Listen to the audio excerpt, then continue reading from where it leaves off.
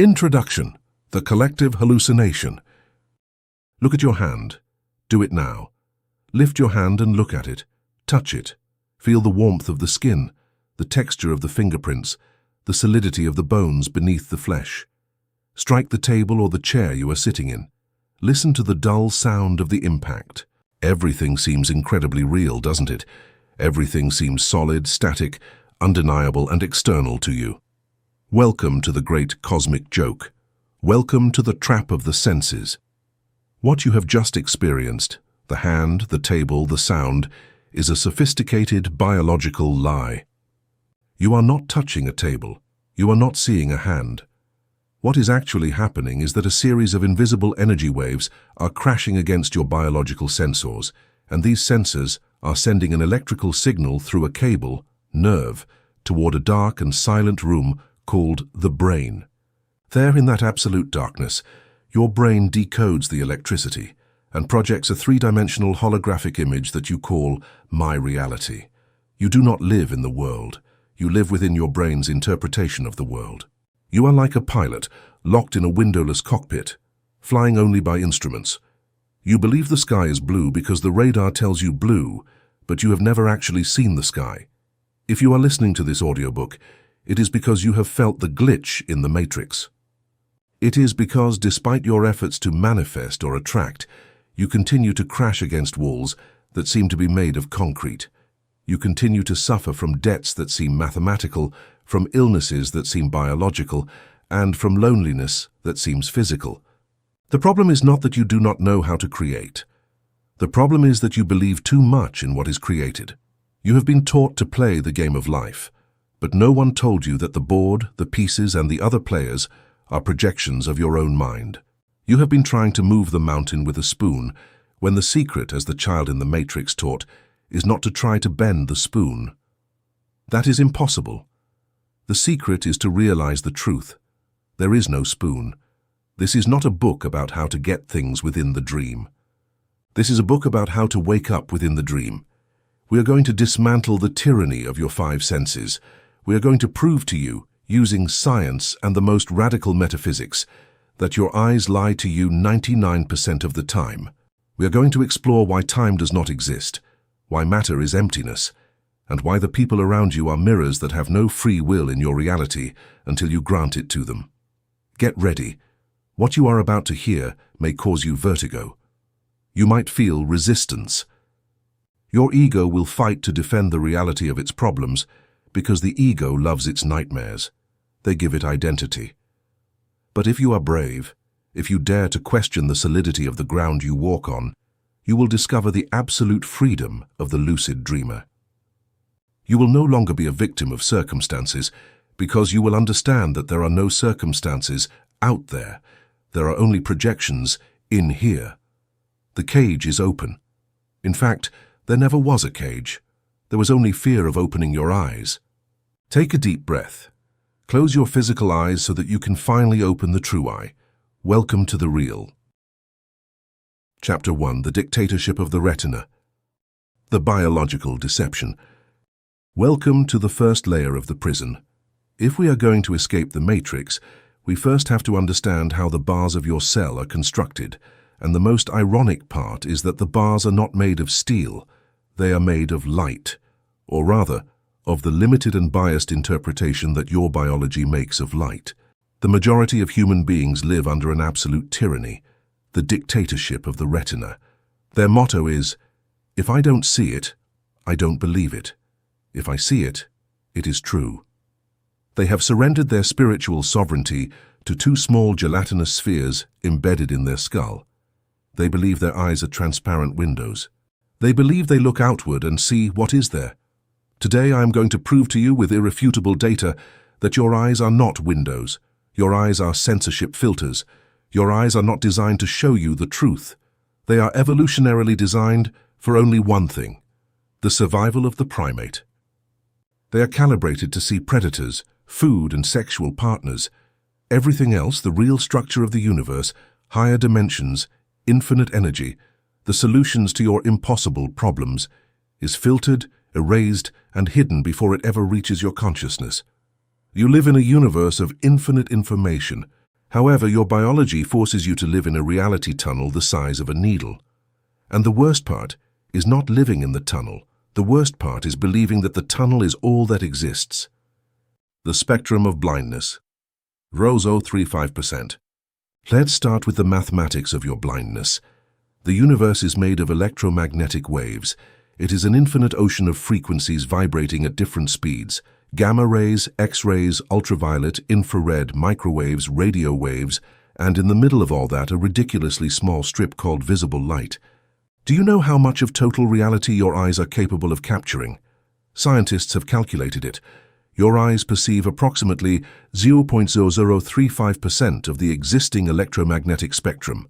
Read that again. 0.0035%. That means you are, for practical purposes, blind to 99.9965% of reality.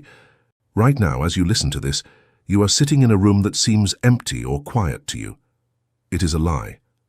Your room is being pierced right now by Wi-Fi waves loaded with data, movies, emails, conversations.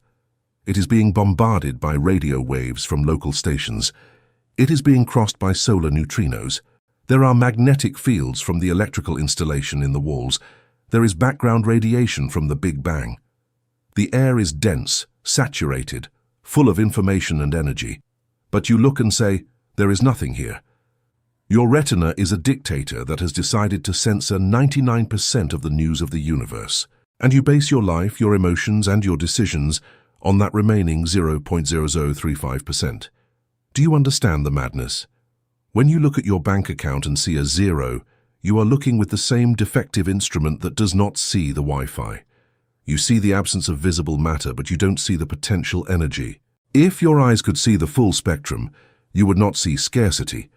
You would see a quantum field bubbling with infinite possibilities, ready to collapse into the form of money, health, or love. But the dictatorship of the retina tells you, it's empty. And you, an obedient subject, believe it and suffer. The dark room.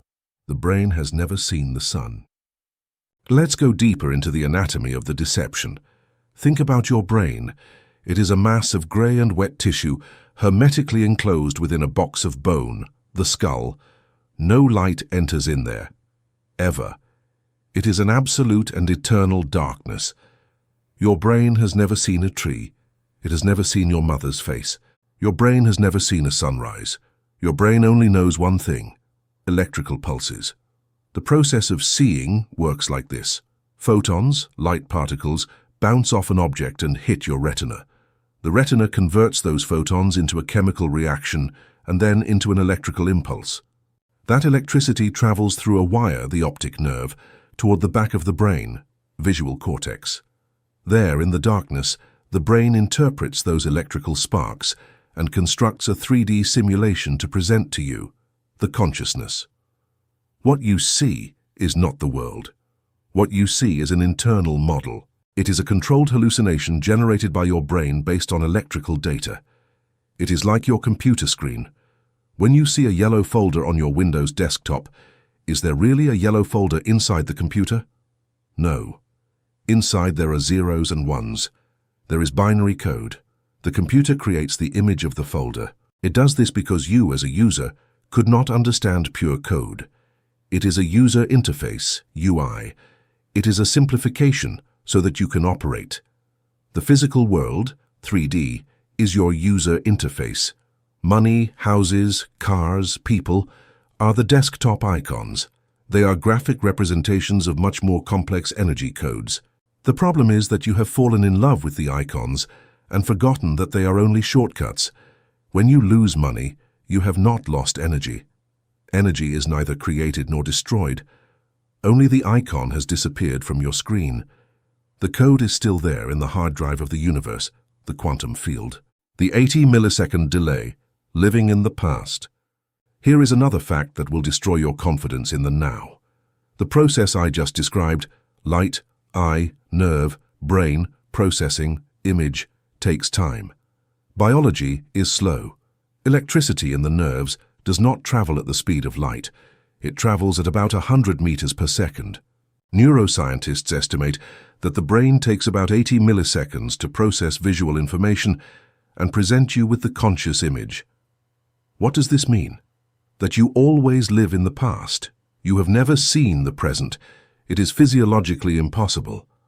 When you see someone move their hand, it already happened. That movement occurred 80 milliseconds ago. You are seeing the replay of the play, never the live game. You live with lag, delay, like in a video game with a bad internet connection. This seems like a technical detail without importance, but metaphysically it is devastating. It means that everything your eyes see has already died. It is ancient history. When you look at your current situation, your problems, your body, your environment, you're looking at an old news report. You are reacting emotionally to something that no longer exists in the absolute now. The real now is the moment of the signal's creation. The now is where magic happens, where the decree happens, where the quantum change happens. But you are trapped reacting to the after. If you get angry about what you see, you are fighting with a ghost of the past. You are shouting at an old photo. To change reality, you have to ignore the 80 millisecond report. The scotoma. Your brain is an expert in Photoshop. Let's do a thought experiment. In the back of your eye, where the optic nerve connects to the retina, there are no photoreceptors. It is a blind hole. All human beings have two black holes in their vision, one in each eye. It is called the blind spot. However, close one eye and look around. Do you see a black hole floating in space? Do you see an empty patch? No. You see a complete and perfect image. Why? Because your brain lies to you. Your brain receives the incomplete information with the hole, realizes a piece of reality is missing and says, I don't like this hole, I'm going to fill it. And literally it invents information. It copies the pattern of what is around, the wall, the sky, the texture, and does a clone, like the Photoshop tool, to cover the hole. You believe you are seeing the full wall, but part of that wall is a hallucination generated by your visual cortex so that you don't get scared. If your brain is capable of inventing pieces of wall to maintain visual coherence, what else is it inventing? And what else is it erasing? There is a psychological phenomenon called a cognitive scotoma. The brain doesn't just fill physical holes, it fills conceptual holes. If you firmly believe that there are no job opportunities, your brain receives the order to block any visual stimulus that contradicts that belief. You can walk right past a sign that says, "Help wanted," and you will not see it. Physically, the light from the sign entered your eye. But your brain, the dictator, said, "The user believes there is no work. This sign contradicts the user's belief. Erase sign. Fill with image of grey wall." And you pass by, swearing on your life that there was no sign. Your eyes do not see reality. They see your expectations. They see what you are programmed to see. The qualia, color, does not exist. So let's talk about color. Look at something red, an apple, a rose, blood. It seems to you that red is an inherent quality of the object. The object is red. False. Outside of your mind, in the objective universe, color does not exist. There only exist wavelengths. The apple absorbs all wavelengths except the 700 nanometer one, which bounces off. That 700 nanometer wave enters your eye. It is not red, it is just vibrating energy. But when it hits your brain, it generates a subjective experience, a qualitative sensation, qualia, that you call red. Red only exists inside of you. If all humans and animals disappeared from the earth, the apple would still be there, as an atomic structure, but red would disappear from the universe instantaneously. The universe would become colorless, odorless, and tasteless, because these are creations of consciousness, not properties of matter. This is crucial for the mystic hacker. If color, which seems so real, is your projection, what about pain? What about difficulty? What about beauty? What about value? Nothing has intrinsic qualities. Money is not valuable in itself. It's paper. You project the value. The problem is not difficult in itself. The illusion of depth, space, is a trick. Your eyes have another dirty trick, stereoscopic vision. Because you have two eyes separated by a few centimeters, each one sees a slightly different image. The brain merges these two flat 2D images and creates the illusion of 3D depth. This is very useful for not bumping into furniture. But spiritually it is a death trap. The illusion of depth creates the illusion of separation. It makes you believe there is a here, where you are, and a there, where the object, the money, or the loved one is. It makes you believe in distance, and distance creates time, and time creates waiting. And waiting creates suffering. Your eyes tell you your desire is far away. Metaphysics and the quantum physics of entanglement tells you space does not exist. Everything is connected in a singular point. When you close your eyes in meditation, you turn off the 3D rendering engine. You eliminate distance. In your mind, you can touch the $1 million right now. It is not there, it is here. But as soon as you open your eyes, the dictatorship of the retina imposes the 3D grid again and tells you, lie, it is far away. The trap of the senses is making you believe that you have to travel toward your desire. Thoricus, the Google search algorithm in your head. To close this first chapter of deprogramming, let's talk about the final guardian. The Ascending Reticular Activating System, RAS. It is a set of nuclei in your brainstem. It functions like the Google search algorithm or the TikTok feed. Its function is to filter. You receive millions of bits of information per second. If you were conscious of everything, the temperature of your pinky toe, the hum of the fridge, your brain would melt. The RAS decides what passes to consciousness and what goes to the trash. And how does it decide? Based on what you consider important and true. If you buy a red car, suddenly you start seeing red cars everywhere. Have they multiplied? No, they were always there. But before, your RAS filtered them as irrelevant. Now it marks them as relevant and shows them to you. Here is the practical and terrifying application. If you believe deeply that people are mean, you have programmed your RAS with that label.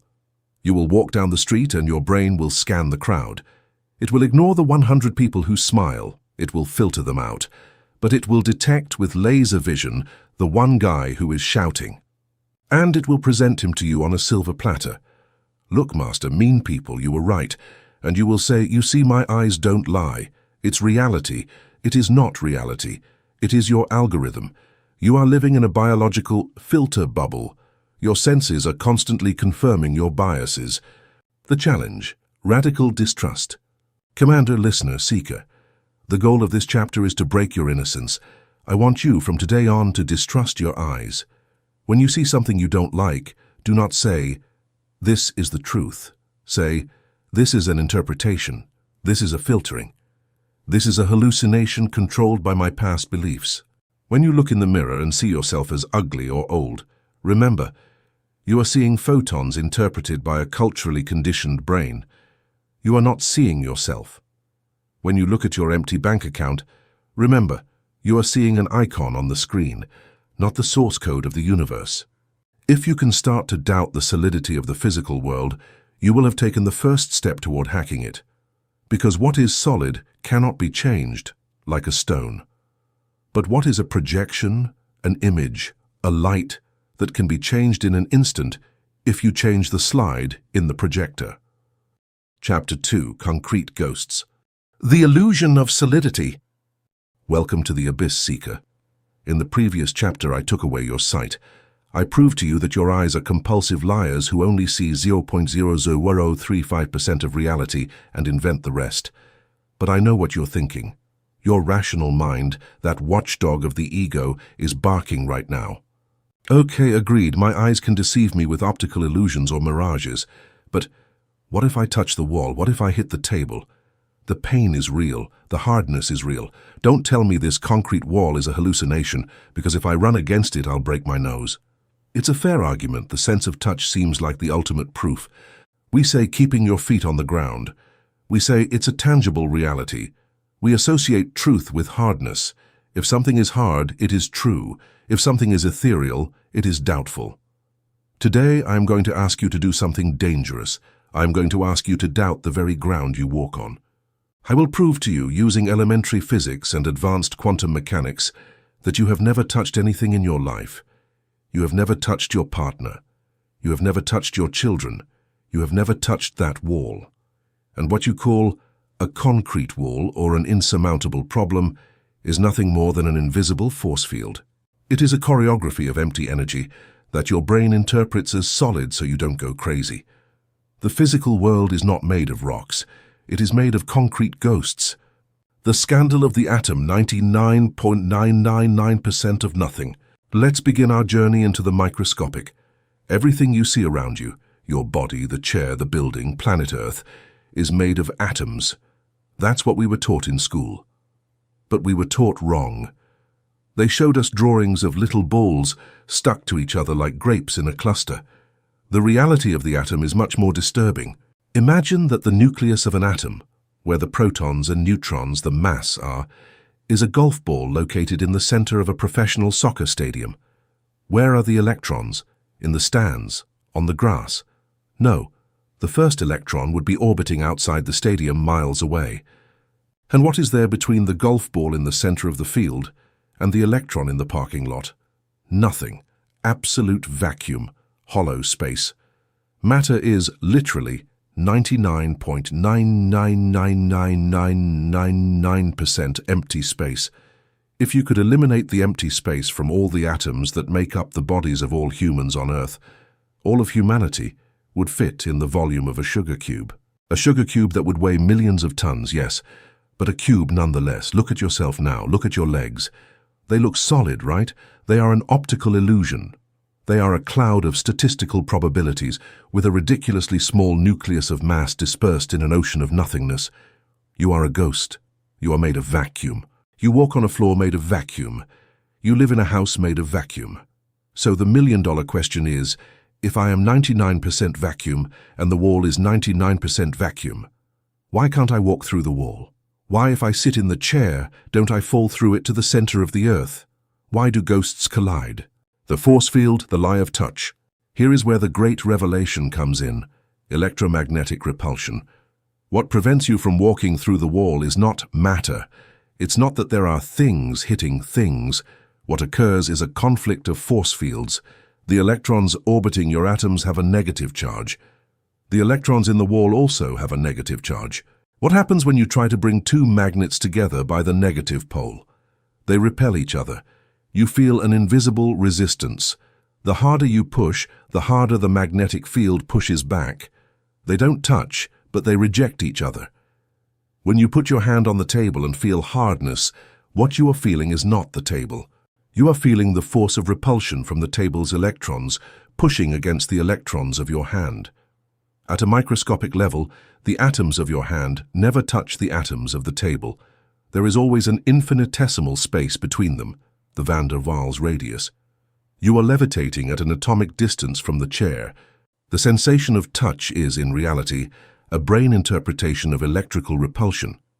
Your brain receives the signal that the fields are repelling each other and translates that data as sensation, solid, hard, cold. It is a software translation.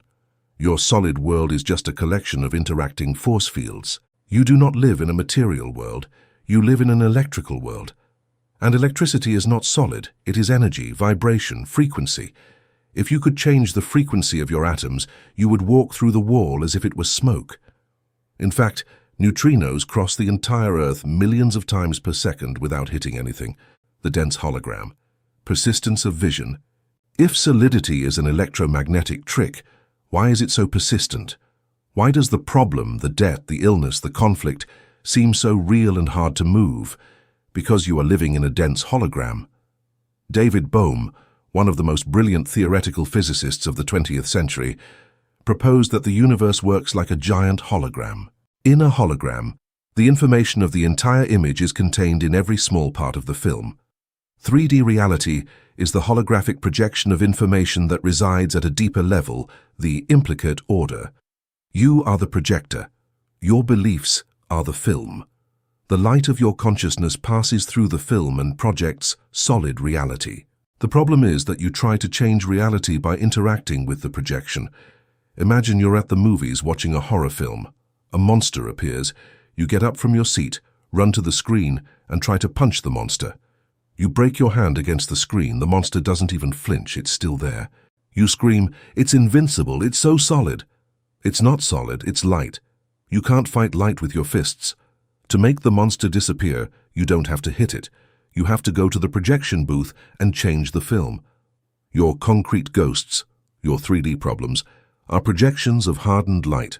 They seem hard because you've been projecting the same movie for a long time.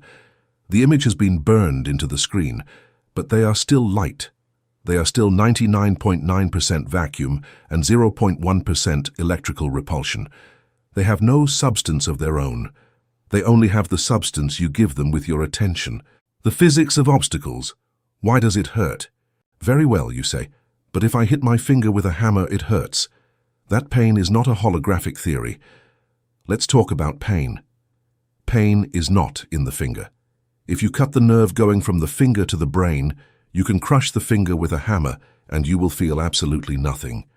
Pain is a damage report generated in the brain. It is an electrical signal that says, alert, structural integrity of the avatar compromised, defensive reaction required. Pain is real as an experience, but illusory as an object. It is an interpretation of data. And the most fascinating thing is that emotional pain works with the exact same neural circuits as physical pain. When you say that breakup broke my heart, or this debt is suffocating me, it's not a metaphor. Your brain is recording a collision against an energetic obstacle, the situation, and generating real pain. But here is the key to hacking the matrix. The obstacle, the breakup, the debt is not solid. Not. You perceive it as solid because you collide with it with resistance. If water flows toward a rock, it goes around it. It doesn't hurt to collide. If you throw yourself against the rock, you break. The solidity of the problem is directly proportional to your resistance to the problem. The more you resist, the denser the ghost becomes. The more you scream, I don't want this, the more repulsion electrons you generate in your field. And the harder the hit feels. Non-resistance, radical acceptance, fluidity, turns the ghost transparent. It allows you to walk through it. Not because the problem vanishes, but because you stop colliding with it. You become permeable. The tunnel effect. Walking through real walls. In quantum mechanics, there is a proven phenomenon called quantum tunneling. A particle, like an electron, faces an energy barrier that, according to classical physics, it shouldn't be able to jump. It doesn't have enough energy to pass. It's as if you faced a 10-meter wall and could only jump 1 meter. In the classical world, you bounce. But in the quantum world, the particle has a non-zero probability of instantly appearing on the other side of the wall, without having jumped it and without having broken it. It simply teleports to the other side. It crosses the barrier as if it didn't exist. This happens millions of times per second in the sun and in your computer. Now you are made of those same particles. Why don't you tunnel through walls? Because the statistical probability of all your trillions of atoms tunneling at once is almost zero. But your consciousness is not a body of trillions of atoms. Your consciousness is a singular unit. Your consciousness can tunnel. When you face a concrete wall in your life, a terminal medical diagnosis, total financial bankruptcy, classical physics says you cannot pass. You are finished. The mystic hacker uses the tunnel effect. Instead of trying to break the wall, they change their vibratory state to match the reality on the other side of the wall. They stop vibrating at the frequency of I am in front of the wall and start vibrating at the frequency of I am already on the other side. By doing this, they dissolve the logical barrier, and often miracles happen. Has it ever occurred to you? You walked through the ghost. The architecture of smoke. I want you to visualize your current reality in a new way. Stop seeing it as a brick building. Start seeing it as a structure made of dense smoke or fog. From afar, a storm cloud looks solid, like a mountain. It looks like you could climb it. It has shadows, weight, shape. But if you fly a plane into the cloud, do you collide? No. You pass through it. You discover it was water vapor. Solidity was an illusion of perspective and density. Your problems are storm clouds. Seen from the perspective of fear, from afar, they seem like impassable mountains. I'll never be able to pay this. I'll never heal. But if you have the courage to fly straight into them, you discover they are made of smoke. They are made of crystallized past. They are made of hardened beliefs. Fear is the binding agent. Fear is the cement that holds the smoke particles together to look like a wall. When you remove the fear, the cement dissolves. The structure holds by inertia for a while, but it crumbles if touched. How many times have you been afraid of a difficult conversation, and when you finally spoke, the other person was kind and everything was resolved in a minute? The concrete wall you built in your mind was smoke. All 3D reality is like that. It is a stage set of papier-mâché painted to look like granite. The inertia of matter, the echo delay. There is a reason why we keep believing in solidity. Inertia. Matter is slow energy. When you stop projecting the horror movie, the image on the screen doesn't vanish instantly. It has a fade out. It's like a fan you turn off. The blades keep spinning for a bit by inertia, even though they no longer have electricity. When you decide to change your reality and stop believing in your concrete ghosts, at first they seem to still be there. The debt is still in the bank the next day. The pain is still in the body. This is where the novice seeker fails. They say, "I touched it and it's still hard, this doesn't work." Idiot, with love. You are touching the echo. You are touching the blades of the fan that has already been turned off. If you put your hand in, you get cut, sure, but it no longer has a motor, it's slowing down. If you maintain your conviction that this is an illusion, this is smoke, you take away the kinetic energy. Eventually the wall vanishes. Solidity requires constant maintenance. The reverse Midas touch. King Midas turned everything he touched into gold. Most humans have the reverse Midas touch. They turn everything they touch into stone. They look at a fluid, living relationship and, with their fears and jealousy, they solidify it into a boring prison. They kill it. They look at a fluid body and solidify it into a sick statue with labels. They look at money, which is circulating energy, and solidify it into greed or scarcity, stopping the flow. Your obsession with defining, labeling, and judging is what calcifies your reality. Truth is not static. Truth is movement. That which is solid is dead. That which is alive is flexible. Stop trying to secure your life. Security is rigidity. Rigidity is rigor mortis. Seek fluidity. Treat your reality as if it were Play-Doh, not marble. Tell yourself every morning, "Today, I am going to mold this day." It is not something I find ready-made. It is something I make as I walk. Defying emotional gravity. To end this chapter, I propose a dissociation exercise. The next time you find yourself before a physical or financial obstacle that seems impossible, approach it, mentally or physically.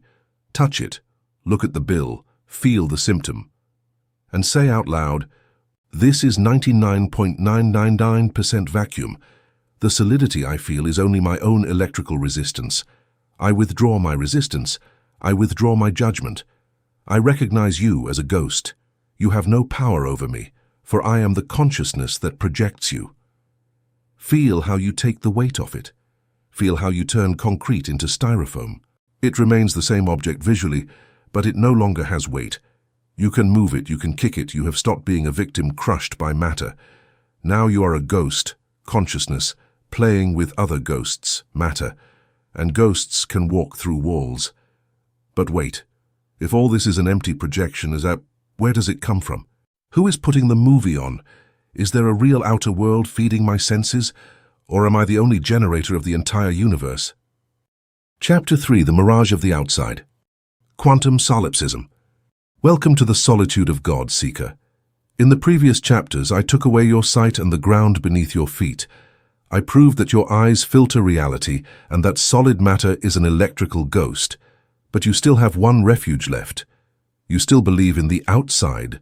You still believe that, even if your senses deceive you, there exists an objective world, external and independent of you, where things happen, where people live, and where forces move beyond your will. You believe there is a here, inside your skin, and a there, outside your skin. You believe the world is a pre-existing stage that you arrived at when you were born, and that you will leave when you die, leaving it intact. You believe you are a small actor in a giant theater you didn't build. Today, I am going to ask you to take the most terrifying leap of all. I am going to ask you to consider the possibility that nothing exists outside of you. There is no stage, there is no theater, there is no audience. Everything you call universe, galaxies, governments, your noisy neighbor, the global economy, are not geographical places or separate entities. They are holographic projections occurring within your own consciousness. The universe is not a place you go to. It is a movie that comes out of you. Welcome to quantum solipsism, the idea that you are the only operant, the idea that ultimately you are alone in the projection room, talking to yourself through 1,000 masks. The problem of location. Where does the universe occur? Let's start with a trick question. Where are you right now? You will say, I am in my room, sitting in a chair, listening to this. Incorrect. Scientifically incorrect. As we saw in Chapter 1, everything you see, the room, everything you touch, the chair, and everything you hear, my voice, are electrical signals processed in your brain. Therefore, the room is not around you. The image of the room is inside your head. The sensation of the chair is inside your head. The sound of my voice is happening inside your head.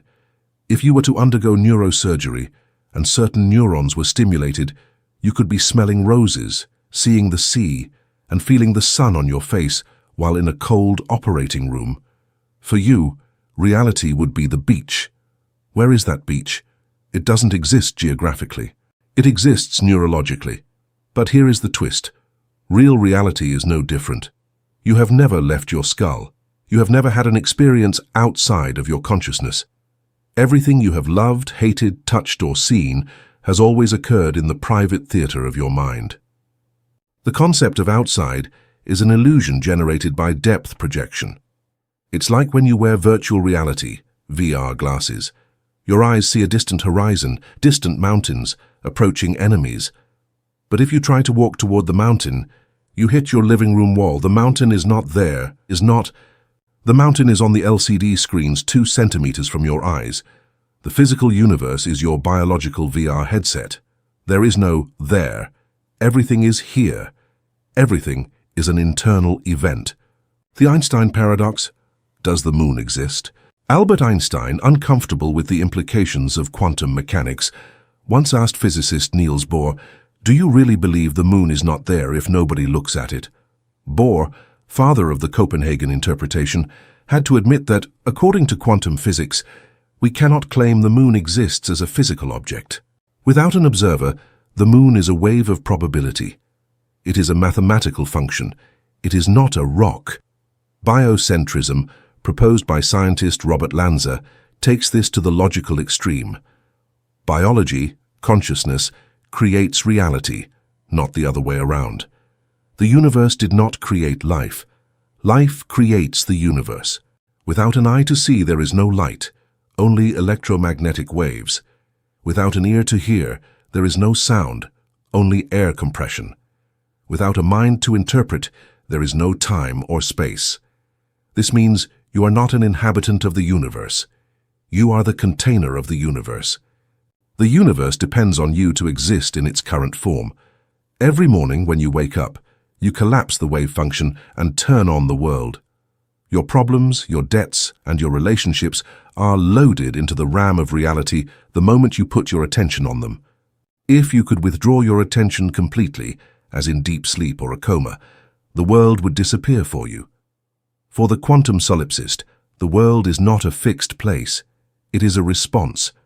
It is an echo that responds to your voice. The Hall of Mirrors. Others do not exist. Here we enter emotionally difficult ground. If everything is an internal projection, what are other people? Are they real? Do they have souls? Do they have free will? This is the question that haunts the seeker. The radical metaphysical answer is, there are no others. There is only God, consciousness, disguised as many. And in your specific reality, in your bubble of perception, you are the operating center of that consciousness. The people around you are mirrors. They are actors hired by your subconscious to perform a play for you based on your beliefs about yourself. There is a concept called EIYPO. Everyone is you pushed out. It means that no one has the power to treat you differently than how you treat yourself in the depths of your psyche. If you feel insecure and small, your boss must, by law without free will in your movie, appear and treat you with contempt to confirm your smallness. If you feel like a victim in love, your partner must be unfaithful or cold to validate your role as a victim. If you change your concept of yourself and feel like a king-queen worthy of respect, that same person will change their behavior or disappear from your life to make way for someone who respects you. People don't do things to you. People show things to you. They show you your own hidden beliefs. Fighting with the other is like fighting with your reflection in the bathroom mirror because it's messy. You can scream at the mirror, break it, or try to comb the reflection with a physical comb. It won't work. The reflection doesn't comb itself. You have to comb yourself. And when you do, the reflection has no choice but to appear combed. Understanding this hurts at first because it kills victimhood. You can no longer say, "My ex was a toxic narcissist." You have to say, "My ex was the perfect actor hired by my subconscious to show me that I didn't love myself." It hurts, but it liberates, because if you are the cause, you are the solution. The illusion of external causality, the victim virus. The greatest trap of the senses is making us believe in external causality. We believe causes are outside and effects occur inside, in our lives. I have no money because the economy is bad. Cause, economy, effect, my poverty. I am sick because a virus attacked me. Cause, virus, can't affect my illness. I am sad because she left me. Cause, she, effect, my sadness. This is the victim's logic. It is mechanistic Newtonian logic. The mystic hacker reverses the arrow. He knows that the cause is always mental and the effect is always physical. The economy is bad in my experience because I vibrate in scarcity. The virus found an open door because my immune system was low due to fear. She left because I abandoned my own value first. There are no secondary causes. There is only one first cause, your own imagination, your state of consciousness. Everything else is a side effect. Politicians, weather, pandemics. In your personal reality, they are scenery. They are variables that adjust to your state. Have you noticed that in the middle of the worst economic crisis, there are people who become millionaires? Have you noticed that in the middle of an epidemic, there are people who never get sick? Why does the outside not affect them equally? Because they inhabit a different inside. They live in a parallel universe that overlaps with yours, but operates with different rules because their internal projector has another movie playing. The cinema projector don't clean the screen. Imagine you go to the movies. On the screen you see a war scene. Blood, fire, death. You don't like it. It scares you. You get up from your seat, take out a rag and a bucket of soap and water, and start frantically scrubbing the screen. You try to clean the blood. You try to erase the fire. You shout, "Out with war! I want peace!" People look at you like you're crazy. The movie continues. The blood is still there, now wet from your rag. That is what you do when you try to change the physical world through desperate physical action. You try to change the screen. You try to change people through arguments. You try to change your economy by working more hours in a job you hate. You are cleaning the screen. The quantum solipsist knows the screen is neutral. The screen is white. The war is only projected light. To change the scene, you have to turn around, go up to the projection booth, your mind. Take out the film roll that says war and scarcity and put in the roll that says peace and abundance. At first, while you change the roll, the screen remains black or keeps showing the last frames by inertia, time delay. But if you keep the new movie playing, inevitably, the image on the screen changes. Without touching the screen, without shouting, without physical effort. The outside is the screen. The inside is the booth. Never leave the booth. That is where you have the power. Down in the theater, you are just a spectator. Fertile solitude versus desolate solitude. When you understand there is no one out there who can save you or harm you, a fear arises. Solitude. The ego feels terribly alone. So am I alone in the universe? Am I the only one who exists? One must distinguish between desolate solitude, loneliness, and fertile solitude, oneness. Desolate solitude is the feeling of being separated from others. Quantum solipsism doesn't say you are separate. It says you are everything. You are not alone in an empty room. You are the room, the furniture, and the people who enter. You are the consciousness that animates all characters. When you love someone, you are loving yourself in another form. When you harm someone, you are harming yourself in another form. This understanding leads you to absolute compassion. You can no longer hate your enemy because you recognize they are part of your own shadow projected for you to integrate. If you forgive them in your mind, if you withdraw the villain role from your script, you will see how that person changes or disappears. The solitude of God is not sad, it is full. It is knowing you are the artist and the work at the same time. The Star Trek holodeck, interactive reality. The best modern metaphor for this is the Star Trek holodeck. You enter an empty room with a yellow and black grid. You say to the computer, "Computer, program Caribbean beach, sunset, jazz music, and an interesting person to chat with." Instantly, the room transforms.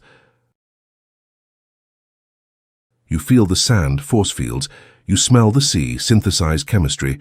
You see the sun and a person appears. That person talks to you. They are intelligent. They tell you jokes. They seem to have a life of their own. But you know the truth. That person is a program. They respond to your parameters. Your life is a holodeck. Your subconscious is the mainframe. Your decrees and feelings are the voice commands. People are high-density holographic simulations. Note, this doesn't mean people don't have souls at their absolute level. It means in interaction with you, they can only show the facet you program. If your holodeck is full of monsters, stop fighting them with swords. Look at the sky and say, "Computer, end program, load program, peace." Stop taking the simulation so seriously. It's a game. It's designed for your training and enjoyment. Suffering comes from forgetting you have the computer access codes. The double slit experiment. You are the collapser. Let's return to physics to anchor this madness. The double slit experiment proved that an electron can behave as a wave, being in many places at once, or as a particle, being in one place. What determines how it behaves? The act of measuring, observing it. Before you look at your bank account, the money is in a state of quantum superposition. It is a wave. It is much and little and nothing at the same time. All possibilities exist in potential. The moment you open the bank app with fear, expectation of scarcity, you collapse the wave. You force the electron to define itself in a fixed position, insufficient balance. You created the balance with your fearful observation. If you could approach the observation with absolute neutrality or a delusional expectation of abundance, you would collapse the wave at another point. The outside is an undefined quantum soup until you look at it. It's like Schrödinger's cat. The cat is alive and dead. You kill or save it by opening the box. Open the box of your life with expectations of life, not death. Stop looking for problems. Stop scanning your body for lumps. The challenge of radical responsibility. Quantum solipsism is the hardest pill to swallow because it eliminates all excuses. If there is no outside, there are no guilty parties. You cannot blame your parents for your trauma. They were actors in your learning script. You cannot blame politicians. You cannot blame luck. It's you. It has always been you. This can sink you into guilt.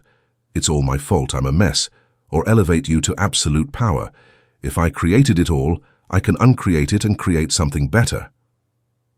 Choose power. Guilt is a useless emotion that solidifies the past. Responsibility is a creative tool that shapes the future. Assume command of your holodeck. Recognize that you have been a careless programmer who left the keyboard within reach of his fears. But today, you can sit down, erase the old code, and start writing again. Practice the world as a lucid dream. To integrate this chapter, I propose you live the next 24 hours as if you were in a lucid dream. Walk down the street imagining that everything you see, buildings, traffic, people, is a projection of your mind. Look at them with curiosity, but without attachment. Tell yourself, this is my dream. What detail it has, how well rendered it is. But I am the dreamer. If someone treats you poorly, think, a hostile dream character. I must have some residual stress in my subconscious. Thanks for letting me know, projection. I dissolve you. By practicing this vision, you release the grip on reality. You become light. And paradoxically, when you stop taking the world so seriously, the world becomes much more malleable. The outside surrenders when the inside stops fighting. But beware. If space is an illusion and the outside doesn't exist, what about time? Does the past exist? Does the future exist? Or are we trapped in an eternal instant that repeats? If you believe you have to wait for your dreams to come true, you are still caught in the next trap. Chapter 4: The Calendar Fraud. Circular time. Welcome to the padded cell of Chronos, Seeker. We have destroyed sight. We have destroyed touch. We have destroyed the outside. But there is still a jailer who keeps you on your knees, an invisible, silent, and implacable jailer who steals your life second by second. His name is linear time. You look at the calendar. You see dates 2023, 2024, 2030. You look at the clock. You see the hands moving to the right. And your mind, conditioned by millennia of biological evolution, tells you, life is a straight line. I come from the past, I am in the present, and I am going toward the future. This belief is the calendar fraud. It is the lie that keeps you in a perpetual state of lack. You have been taught to believe that between you and your desire, there is a temporal distance. I have 3 years left to finish my degree. I have 10 years left to retire. It will take months for me to heal. Today I am going to ask you to smash the clock against the wall. I will prove to you, using Einstein's physics and Hermetic wisdom, that time does not exist. Time is not something that passes. It is something you make pass through your consciousness. Past, present, and future are happening right now. They are occurring simultaneously in a solid block of eternal existence. You do not have to wait for anything. Waiting is a hallucination, and it is the only reason you do not have what you want. The bakery of the universe, the block theory. Albert Einstein, after the death of his best friend Michel Besso, wrote a letter to the family that said, "For us, convinced physicists, the distinction between past, present, and future is only an illusion, however persistent it may be." Einstein knew that time is relative. But modern cosmology goes further with the block universe theory. Imagine reality not as a movie projected frame by frame, but as a DVD. On the DVD disc, the beginning of the movie, the middle, and the end are recorded at the same time. The end of the movie already exists on the disc before you press play. The movie is not being created while you watch it. It is being revealed. The universe is a solid block of 4-dimensional space-time. Imagine an infinite loaf of sliced bread. Each slice of bread is a now. You are a consciousness moving through the loaf, illuminating one slice after another. You call past the slices you have already illuminated. You call future the slices that are dark in front of you. But the future slice is already there. It is already baked. It already has shape. And most importantly, the past slice is still there. It hasn't disappeared. You have only stopped illuminating it. Your entire life, from birth to death, exists already in this eternal instant. All versions of you, the baby, the adult, the elder, the rich, the poor, are frozen in the amber of eternal time. You are not creating the future in the sense of manufacturing it from scratch. You are traveling toward a future that already exists. The question is not when will it happen. The question is, which slice of bread do I want to jump to now? Zeno's paradox: waiting creates distance. Here is the death trap of linear time. When you say, I want to be rich in the future, you are activating a perverse defense mechanism. The concept of future implies, by definition, absence in the present. If it is in the future, it is not here. If it is not here, you feel lack. If you feel lack, you project a reality of lack. And the universe, which is a faithful mirror, chapter 3, keeps you in lack. It is like Zeno's paradox of the tortoise. If you are always trying to reach tomorrow, you will never arrive, because when you reach tomorrow, it will have become today. Your desire will still be in the new tomorrow. It is the carrot tied to the stick in front of the donkey. The donkey walks and walks, but the distance between his mouth and the carrot remains constant. Waiting is the vibratory state of non-possession. While you wait, you confirm that you do not have. If you had $1 million in your hand right now, would you be waiting for it? No, you would be enjoying it. Anxiety for the future is irrefutable proof that your consciousness is in poverty. To break the fraud, you must stop waiting. You must understand that the future is a mental construct. No one has ever lived a future. You can only live the now. If your desire is not in the now, vibrationally, it will never be. Vertical time versus horizontal time. To hack the calendar, you need to distinguish between 2 types of time. Horizontal time, chronos, is clock time. Monday, Tuesday, Wednesday. It is the time the Earth takes to rotate around the Sun.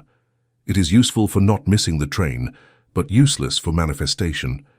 In horizontal time, things take time, age, and die. Vertical time, kairos, is the time of the soul. It is the depth of the present moment. It is not measured in minutes, it is measured in intensity of being. Imagine a building with infinite floors. Horizontal time is walking down the hallway of floor 1, poverty, from room 101 to 102, 103. Years pass, you walk a lot, but you're still on the same floor of poverty. You only change rooms, days. Vertical time is taking the elevator. It is stopping the walk toward the future and leveling up right now. You go up to floor 50, wealth. On floor 50, there are also rooms 101, 102, days, but the view is different. Most people try to change their lives by walking faster down the hallway, working hard in horizontal time. The mystic hacker presses the elevator button, change of state of consciousness. The vertical change is instantaneous. It does not require time. It requires energy. It requires you to stop being poor John of Monday and become rich John of Monday. Same day, different floor. The past is a corpse you put makeup on. Let's talk about the past, that monster you carry on your back. I am this way because my parents hit me. I have no money because I failed in 2010. You believe the past is a fixed, solid cause that determines your present. False. The past does not exist. The only things that exist are memory traces in your present brain. They are neurons firing right now, recreating an image of something that no longer is. And the most terrifying or liberating part is that your memory lies. Every time you remember something, you are not playing a video saved on a hard drive. You are reconstructing the scene from scratch, coloring it with your current mood. If you are depressed today, you will remember your sad childhood. If you are euphoric today, you will remember your happy childhood. The past changes every time you visit it. It is soft clay. If the past is malleable, why do you let it define you? You are not the result of your past. You are the result of your selective memory of the past. If you change the memory, you change the cause. This is the basis of revision. It is not just about feeling better. It is about altering the timeline. In quantum physics, there is retrocausality. Experiments like the delayed choice quantum eraser suggest that a decision made in the present can affect how a particle behaved in the past. The present can change the past. If you decide today that I was always a winner, you change the trajectory backwards. You stop being yesterday's victim and become the hero who was being forged. The past does not push you, you pull it. Déjà vu, the glitch in the matrix. Have you ever had a déjà vu? That dizzying sensation of I have lived this before. I know what they will say now. I know what will happen. Official science says it's a glitch in short-term memory processing. The metaphysics of circular time says something else. It is a glitch in the matrix. It is proof that time is not linear. Nietzsche spoke of the eternal return, the idea that you live your life over and over, infinite times, in a closed loop. If the universe is a block, the DVD, then the movie can be put on repeat eternally. Déjà vu is a moment when your current consciousness synchronizes with the memory of yourself from the previous turn. For a second, you remember the script. For a second, you see that you do not have free will in the linear sense, but that you are acting out a role already written. This sounds terrifying, but it is the key to freedom. If everything has already happened, then your success has also already happened. In some turn of the disc, you are already free, rich, and loved. That version of you is not in the future. It is on track 5 of the disc. You are listening to track 2. You don't have to compose the song of track 5. It is already composed. You only have to skip tracks. The quantum leap: how to move without time. How do you skip tracks? How do you travel in time without a DeLorean? Through the frequency of feeling. Each timeline, each version of your life, has a unique vibratory signature. The poverty timeline sounds on AM 600. It feels heavy, slow, with fear in the stomach. The wealth timeline sounds on FM 105. It feels light, fast, with excitement in the chest. You cannot pick up FM 105 if your internal radio is tuned to AM 600. Even if 10 years pass, horizontal time, if you don't change the dial, you will stay on AM 600. The quantum leap occurs when, in the present moment, you force your dial to tune to the frequency of the desired reality, completely ignoring the current reality. This is called living in the end. Not as an exercise in hope, but as a possession. You invade the body of your future self. You clothe yourself in his skin. You think with his mind. You feel with his heart. You close your eyes and say, right now in this eternal instant, I am that man. I am not going to be him. I am him. When you hold that frequency, the universe starts reorganizing itself around your new frequency. Coincidences occur. Time accelerates. What would take 10 years happens in 10 days. You have hacked the calendar. You have taken a wormhole shortcut through the block of space-time. The speed of thought, faster than light. Light travels at 300,000 kilometers. It is the speed limit of the physical universe. But there is something faster. Thought. If I tell you, think of the Andromeda Galaxy. Snap, you are already there. Your consciousness has traveled 2.5 million light-years in 0 seconds. It did not have to cross the space in between. It connected instantaneously. This proves that your consciousness is not subject to Einstein's laws. Your body is. Your mind is not. The problem is that you use your mind at the speed of your body. You think slowly. You think in processes. First I have to save, then invest, then wait. You are forcing your mental Ferrari to go at the speed of a physical donkey. Dare to think at the speed of light. Dare to assume that change can be instantaneous. Spontaneous healings happen. Sudden romantic encounters happen. They are time collapses. The now is a vortex of power. Eckhart Tolle wrote, The Power of Now. But many people misunderstand it as just being relaxed. Now is not relaxation. Now is pure power. Now is the only point where the needle of the record player touches the vinyl. It is the only point where the music sounds. The past is a groove already scratched. The future is virgin vinyl. Only in the now can you change the song. If you are depressed about the past or anxious about the future, you are not in the now. You are hallucinating. You are wasting 100% of your energy on times that do not exist. That is why you are tired. That is why you do not manifest. Your energy is leaking through the holes of yesterday and tomorrow. Bring all your energy to the here. Concentrate it like a laser beam in this nanosecond. Feel your body. Feel your existence. From this point, launch your intention. I am abundance now. Not tomorrow, now. Feel the abundance in this second. Even if it lasts only a second, that second of pure reality is worth more than 100 years of diluted hope. The death of hope, the final blessing. I want you to do something radical. I want you to kill hope. Hope is a beggar. Hope says, I hope it happens someday. Hope is the mother of waiting, and waiting is the mother of lack. Hope keeps you in the prison of linear time. Substitute hope with certainty. Certainty does not wait. Certainty knows.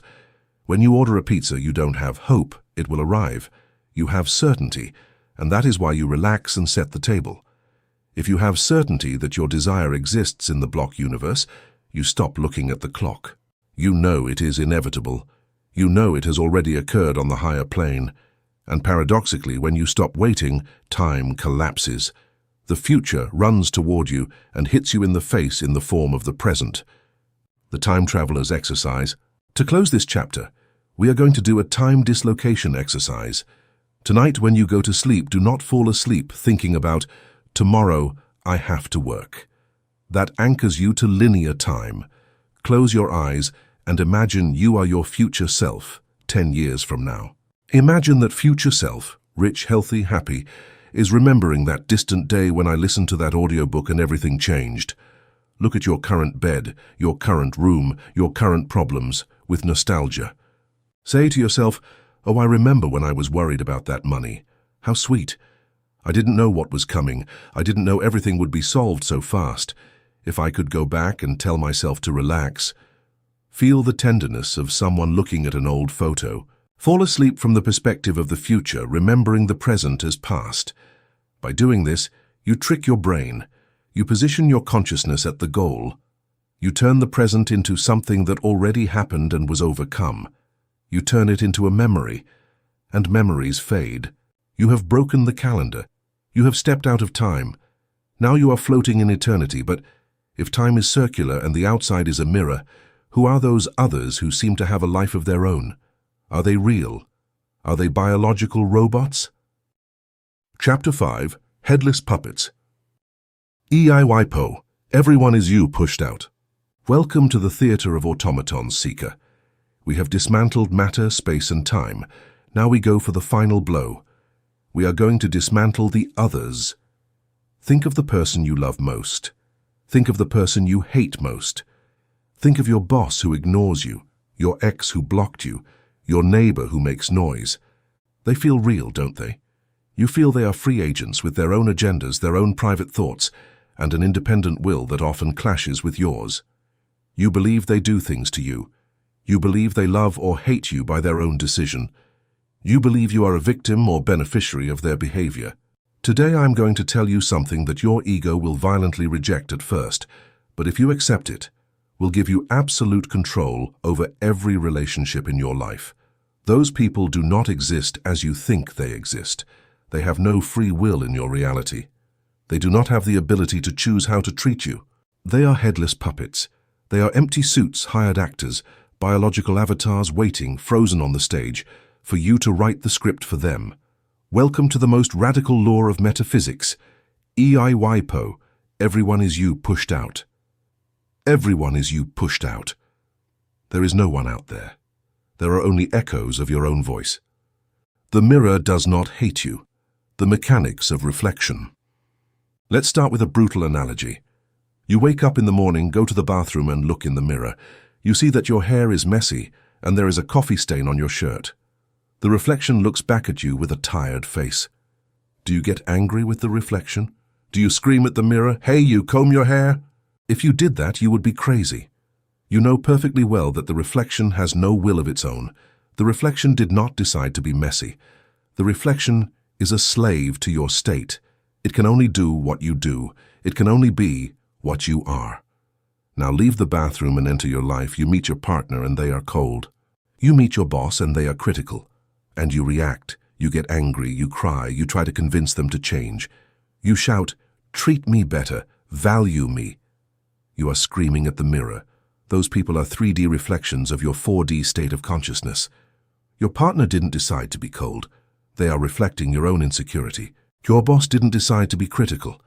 They are reflecting your own feeling of not being enough. They have no choice. In your universe, they are slaves to your assumption, the absence of free will in your reality. This is where people get scared. Are you telling me my husband has no soul? That I am a dictator? Let's qualify this with the multiverse theory. Infinite versions of your husband exist. There is a version where he is loving and faithful. There is a version where he is distant and cold. There is a version where he doesn't know you. All those versions are real and have a soul. But you, with your vibratory frequency, select which of those versions you interact with. When you vibrate in "I am loved and secure," you force the universe to present the loving husband version. That version has free will, yes, but his free will coincides with loving you. When you vibrate in "I am afraid he will leave me," you force the universe to present the distant husband version. From your perspective, in your reality bubble, they have no free will to treat you differently than you believe they will. It is impossible for someone to love you if you believe you are not worthy of love. Even if that person consciously wants to love you, your vibration will repel them, make them act strangely, or remove them from your life. You are the director of the play. They only read the lines you give them. The invisible script. What are you whispering to them? Most of us go through life writing horror scripts for others without realizing it. You do this constantly with your internal dialogues. Think of that person with whom you have a conflict. What do you do when you are in the shower or driving? You argue mentally with them. He always does the same thing. He's so selfish. You are rehearsing the fight. You are writing the script for the next scene. You are sending them a telepathic order. You are telling their subconscious, "Please act selfishly. Reject me. Do not listen to me. Be hostile." And when you meet that person in the physical world, 3D, what happens? They act exactly as you rehearsed. And you say, see, I knew they would react like that, I was right.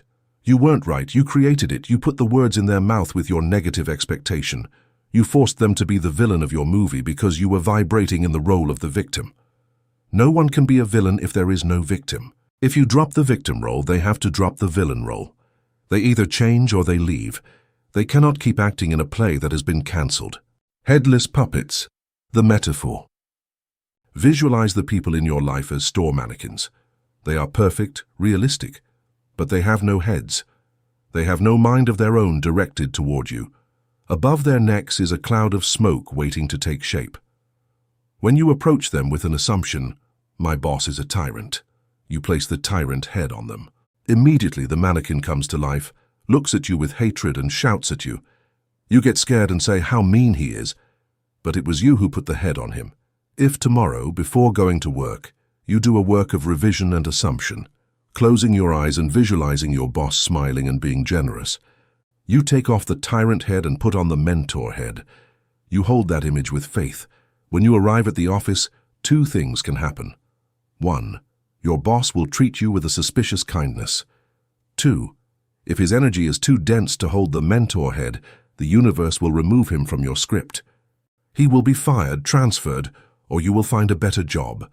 But he cannot continue being a tyrant to you if you are no longer the oppressed.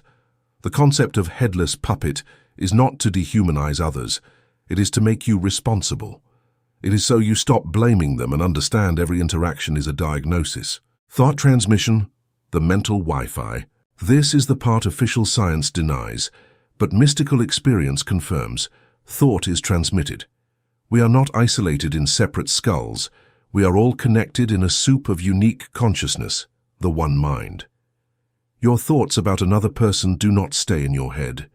They travel instantly to their subconscious. Neville Goddard used to say, there are no secrets. Everyone knows what you think of them, even if they don't know it consciously.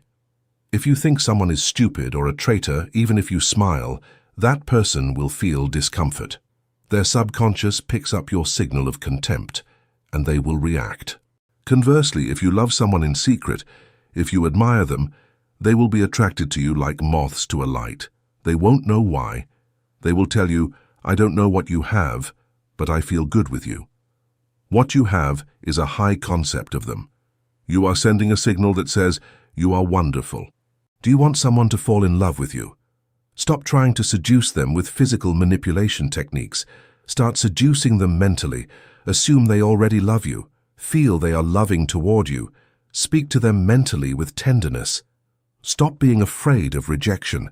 The external conversation changes alone. The specific person, SP, the battlefield of love. Here we reach the most painful point. The specific person, SP. Your ex, your crush, the person who ignores you. Most listeners are trapped here. Why doesn't he call me? Why is he with another? Applying EIYPO. He doesn't call because you are vibrating in the frequency of waiting for the call. Waiting confirms the absence. He is with another because you feel replaceable. He told you he didn't love you because you have a wound of unworthiness, and he was just the messenger. The fatal error is trying to change the SP.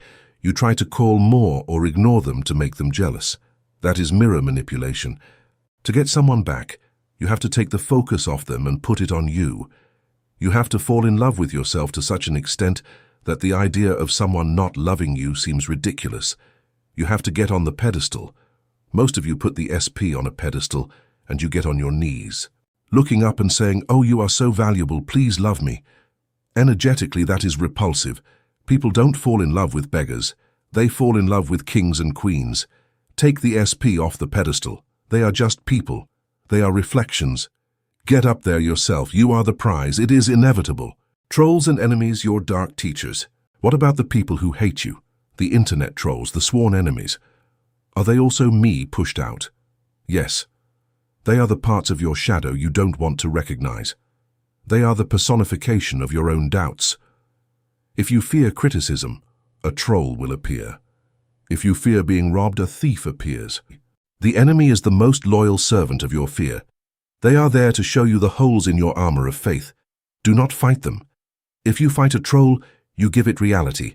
You make it solid. The best way to destroy an enemy is to withdraw attention. Remember, without your consciousness, they do not exist. If you radically ignore them, from absolute indifference like ignoring a fly, they vanish. They get bored and go bother someone else who vibrates in fear, or they change and become harmless. Jesus said, "Love your enemies." It was a dissolution technique. If you love them, you stop vibrating in conflict. The internal conversation, the weapon of massive construction. How is this applied daily? By obsessively controlling your internal dialogue. Your mind is a writer's room working 24/7. Every time you think of someone, you are writing their lines for tomorrow. You have to audit that room. Exercise. Next time you think of someone who worries you, stop and listen. What are they saying in your mind? Are they attacking you? 2. Cut the scene. Say, no, this script doesn't serve me. 3. Rewrite. Imagine they tell you what you want to hear. Instead of, I have no money to pay you. Here is your money. Thanks for your patience. Repeat that small imaginary phrase in a loop until you feel the relief of believing it. This is white magic for the soul. You are imposing your vision of harmony over apparent chaos. You are using your authority to decree peace. The danger of solipsism, real empathy. There is a risk in understanding EIYPO. The risk is becoming a sociopathic narcissist who treats people as disposable objects. If you do that, you fail to understand the law. They are you. If you treat a puppet poorly, you are treating yourself poorly. If you abuse someone, you create a reality of abuse. The true understanding of EIYPO leads to extreme empathy. You see a homeless person, and you know it's a version of you that believed in poverty. You see a dictator and know it's a version of you lost in fear. You treat them with respect because you respect yourself. The golden rule, treat others as you want to be treated, is a description of how the reflection mechanism works. You treat others well so that the reflection returns good treatment to you. You are the only operant, the solitude of the magician. Commander, this leaves you in a position of terrifying power. You can no longer complain about your husband, your children, or your employees. If they are lazy or disrespectful, you have to look in the mirror and ask, in what part of me am I being lazy or disrespectful to myself? What belief am I holding that forces them to be this way? It is a heavy burden. It means you are solely responsible for the quality of your relationships. But it is also total liberation. You don't need them to go to therapy. You go to therapy. You change. And when you change, they change. Always, without exception. They either change, they die, or they leave, but they cannot stay the same if you have changed. Imagine you are dancing a tango.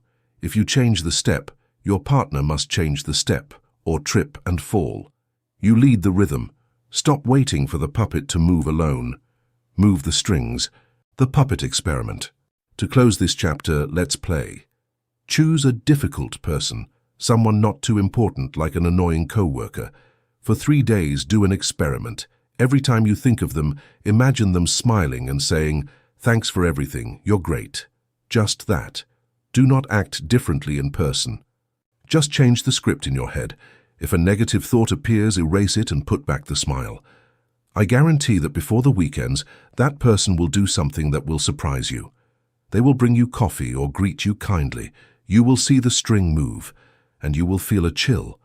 You will understand you have control, and you will understand you have never been accompanied. You have always been dancing with yourself. But beware.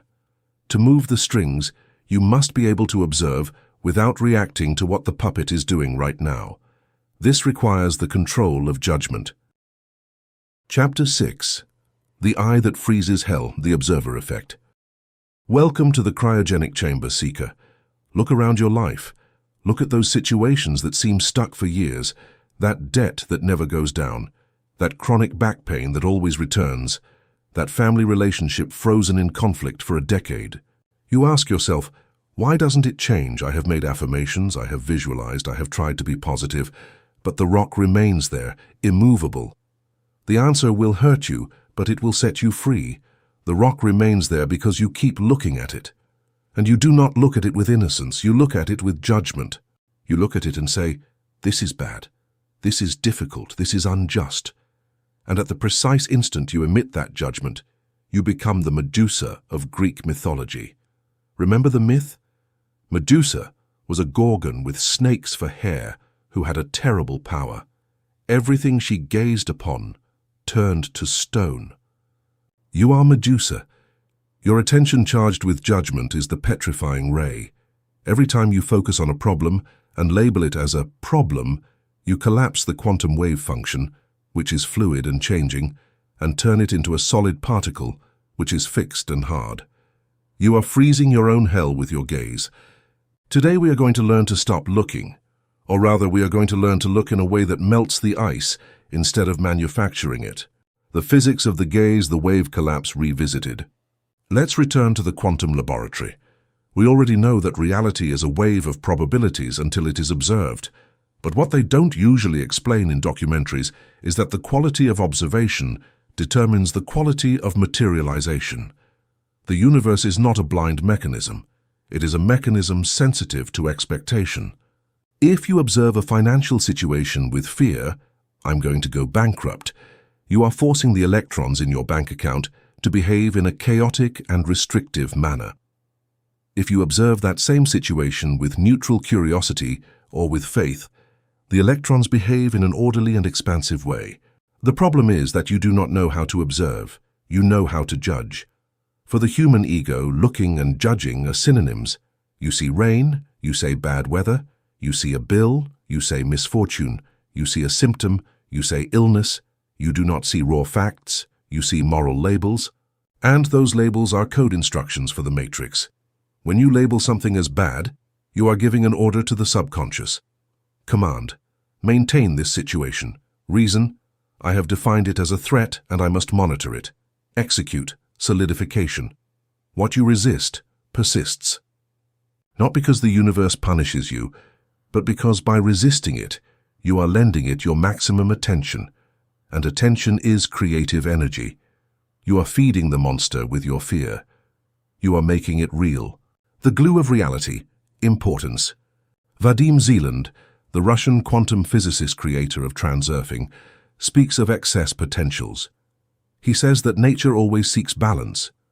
If you give too much importance to something, desiring it with desperation or fearing it with panic, you create an energy imbalance, you create an excess potential. To balance that tension, the universe creates balancing forces that usually go against you. If you desire money too much, excess importance, the universe takes it away to lower your tension. If you hate your job too much, the universe keeps you there or makes you get fired in a bad way to break the tension. Judgment is the highest form of importance. When you say, "This is terrible, I can't stand it," you are generating a hurricane of importance. You are shouting at the quantum field.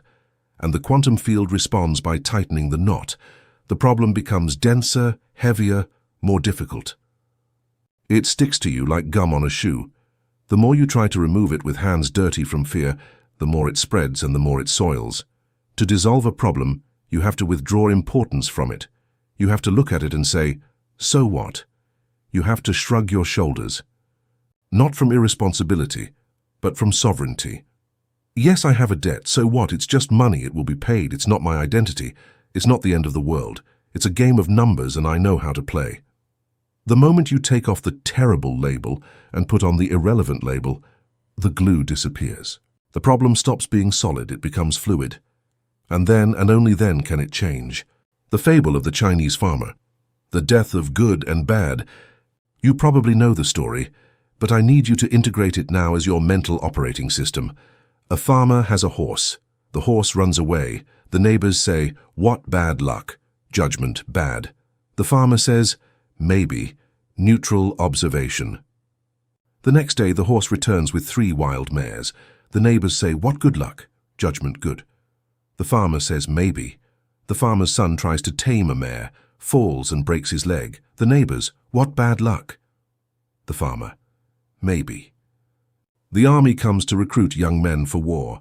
They reject the son because of the broken leg. The neighbors, "What good luck." The farmer, "Maybe." This farmer is a quantum master. He understands that nothing is good or bad in itself. Events are links in an infinite chain. What today seems like a misfortune is the necessary push for you to set up your company and become a millionaire in 3 years. If you judge the layoff as bad and get depressed, you cut the chain. You stay in the layoff, you freeze hell. If you observe it as neutral, you allow the chain to continue. Premature judgment is the cause of all suffering. You judge the movie 10 minutes after it starts. The protagonist has fallen. What a bad movie. Wait. It's the first act.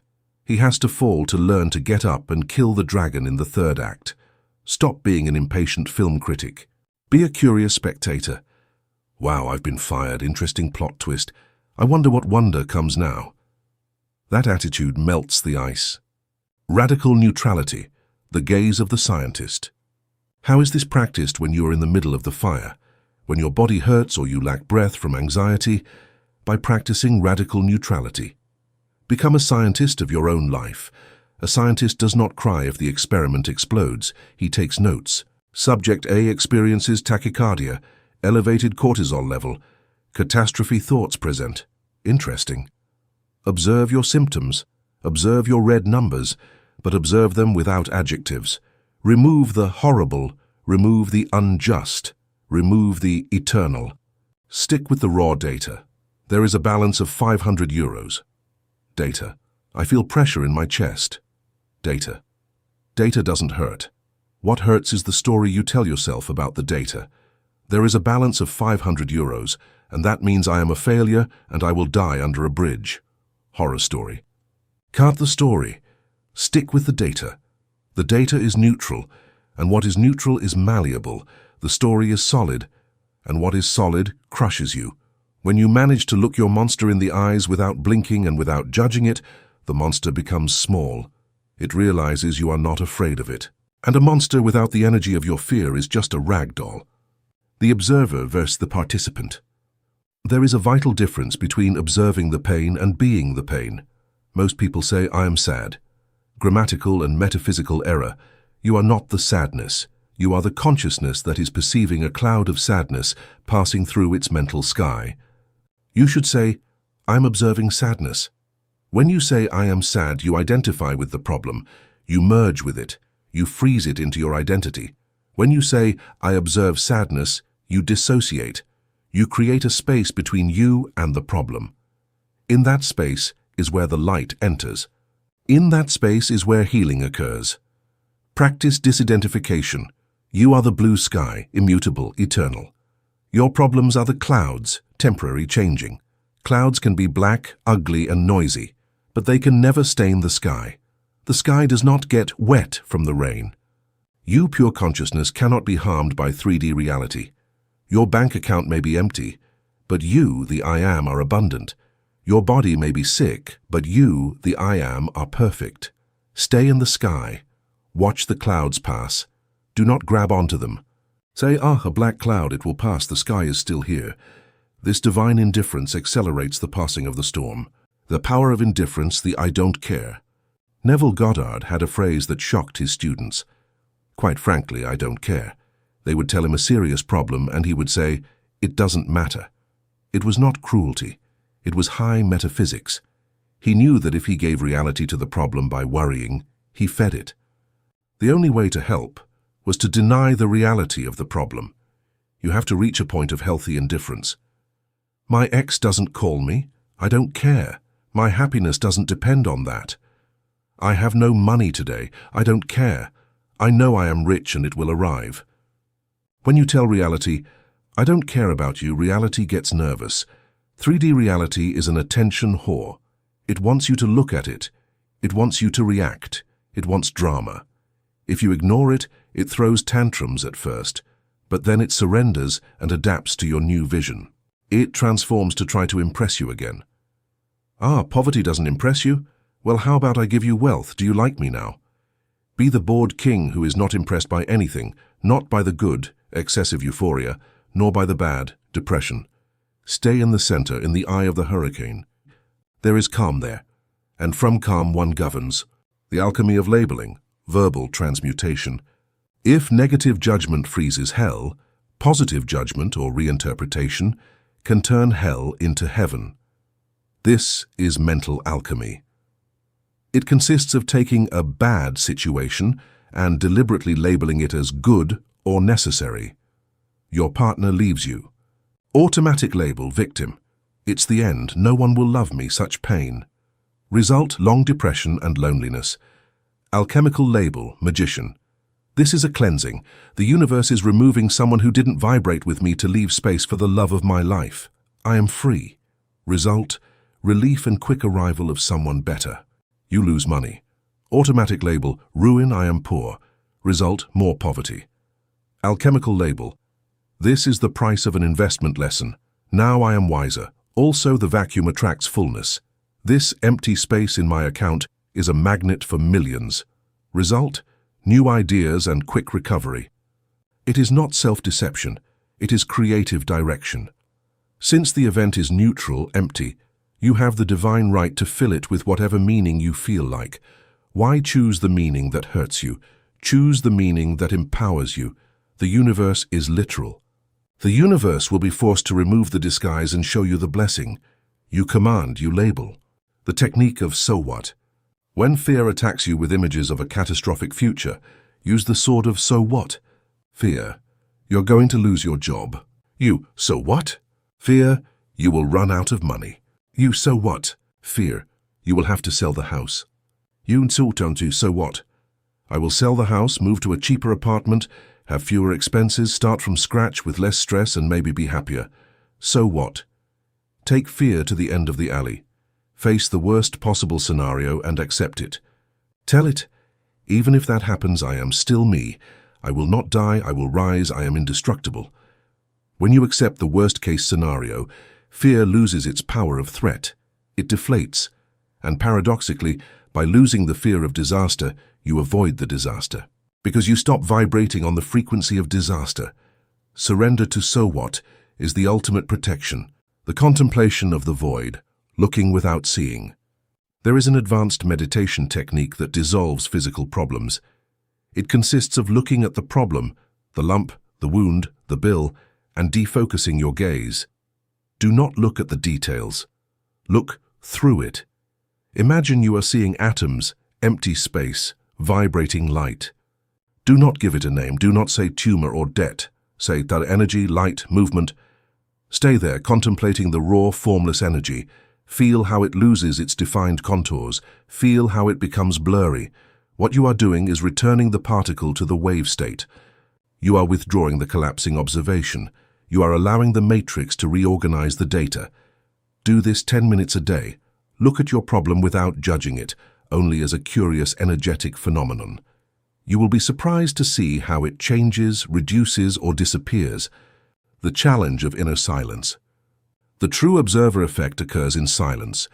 Mental noise, this is bad, is what sustains the structure. If you can look at your life and shut your mouth mentally, you do magic. Silence is the universal solvent.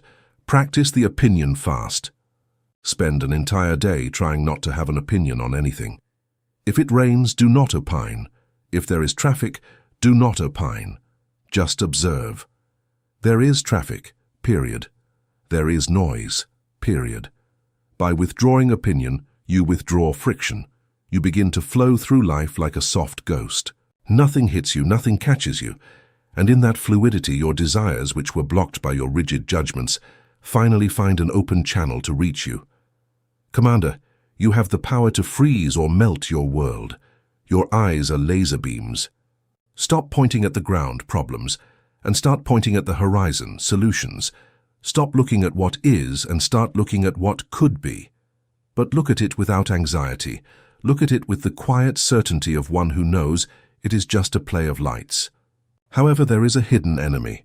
You can understand all this intellectually. You can want to be neutral, but your body won't let you.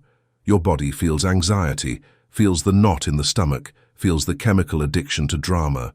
Why, if I want peace, does my body seek war? Because you are a junkie. Chapter 7, Emotional Narcotics. The Addiction to 3D Drama. Welcome to the Rehabilitation Clinic, Seeker. Take a seat. Look around you. No, do not look at the other imaginary patients. Look at yourself. Look at your hands. They are trembling a bit, aren't they? You feel that anxiety in your chest, that knot in your stomach that appears every morning for no apparent reason. You feel that compulsive need to check your phone, to look for problems, to worry about the future, to remember the harm they did to you in the past. You believe you are a spiritual being having a human experience. You believe you are a magician learning to manifest. But I have brutal news for you. You are a junkie. You are an addict in a terminal phase, and your drug is not heroin, nor cocaine, nor alcohol. Those drugs are children's toys compared to the substance you inject into yourself every day. Your drug is cortisol. Your drug is adrenaline. Your drug is guilt. Your drug is suffering. You have spent years using your body as a lab. You have used your own body as a clandestine pharmacy to manufacture the chemicals of unhappiness. And now that you have decided to wake up, your body has entered withdrawal syndrome. That resistance you feel, that saboteur we talked about, is not a spiritual demon. It is your biology screaming for a fix. It is your biology screaming, "Give me my dose of pain, give me my dose of fear. If you don't give it to me, I will make you feel like you are dying." Today, we are going to leave philosophy aside and enter the biochemistry of your failure. We will understand why your mind wants wealth, but your body is programmed for misery. The internal pharmacy, the hypothalamus as bartender. To understand your addiction, you have to meet your inner bartender, the hypothalamus. It is a small factory located in the center of your brain. Its function is to translate thoughts into chemistry. Every time you have a thought or an emotion, the hypothalamus manufactures a chain of proteins called a neuropeptide. If you have a thought of anger, the hypothalamus mixes a specific chemical cocktail of anger, pours it into your blood, and in seconds it reaches all your cells. If you have a thought of victimhood, it manufactures the cocktail of sadness. If you have a thought of fear, it manufactures the cocktail of anxiety. Your cells have receptors on their surface. Imagine they are like USB charging ports. When the chemical of anger reaches the cell, it plugs into the receptor. And here the black magic happens. The cell becomes excited. To the cell, it doesn't matter if the emotion is good or bad morally. For the cell, it is just an energy boost.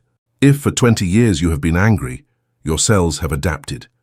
They have created millions of receptors for anger and have eliminated the receptors for joy because they didn't use them. Your body has literally become a machine designed to process anger. Your cells are addicted to that specific substance. And like any addict, when the drug level drops in the blood, the cells send an alarm signal to the brain, "Hey, we are lowering the levels of anger. We need more. Do something." The hijacking of the mind, how the body thinks for you, this is where you lose your free will. When the cells ask for their dose, the brain obeys. How does the brain get you to get angry to generate more anger chemicals? Very easy. It sends you thoughts that make you angry. Your brain starts scanning your memory, looking for files labeled as things that piss me off. It remembers what your ex did to you 5 years ago. It remembers what your boss said. It remembers political injustice. And suddenly, for no reason, while you are calmly washing the dishes, you start having a furious mental argument. You heat up. You start screaming internally, "Bingo!" The hypothalamus releases the dose. The cells receive their hit. The body calms down momentarily. You believe you are thinking. You believe those thoughts are yours and that they are justified by reality. Lie. Those thoughts are side effects of your biochemical addiction. You are not thinking. You are being thought by your body. Your mind, which should be the captain of the ship, has been hijacked by the crew, the body, to steer the ship toward the storm because the crew likes the adrenaline of the shipwreck. This explains why it is so hard to change. You say, "I want to be happy." Your body says, "No way, I am addicted to sadness." The body screams, "If you are happy, my sadness receptors starve. I'm going to bombard you with sad thoughts until you give up." And you give up. And you say, "It's just how I am." No, you're not like that. You are in that state. You are intoxicated. The cortisol, the anchor to 3D reality.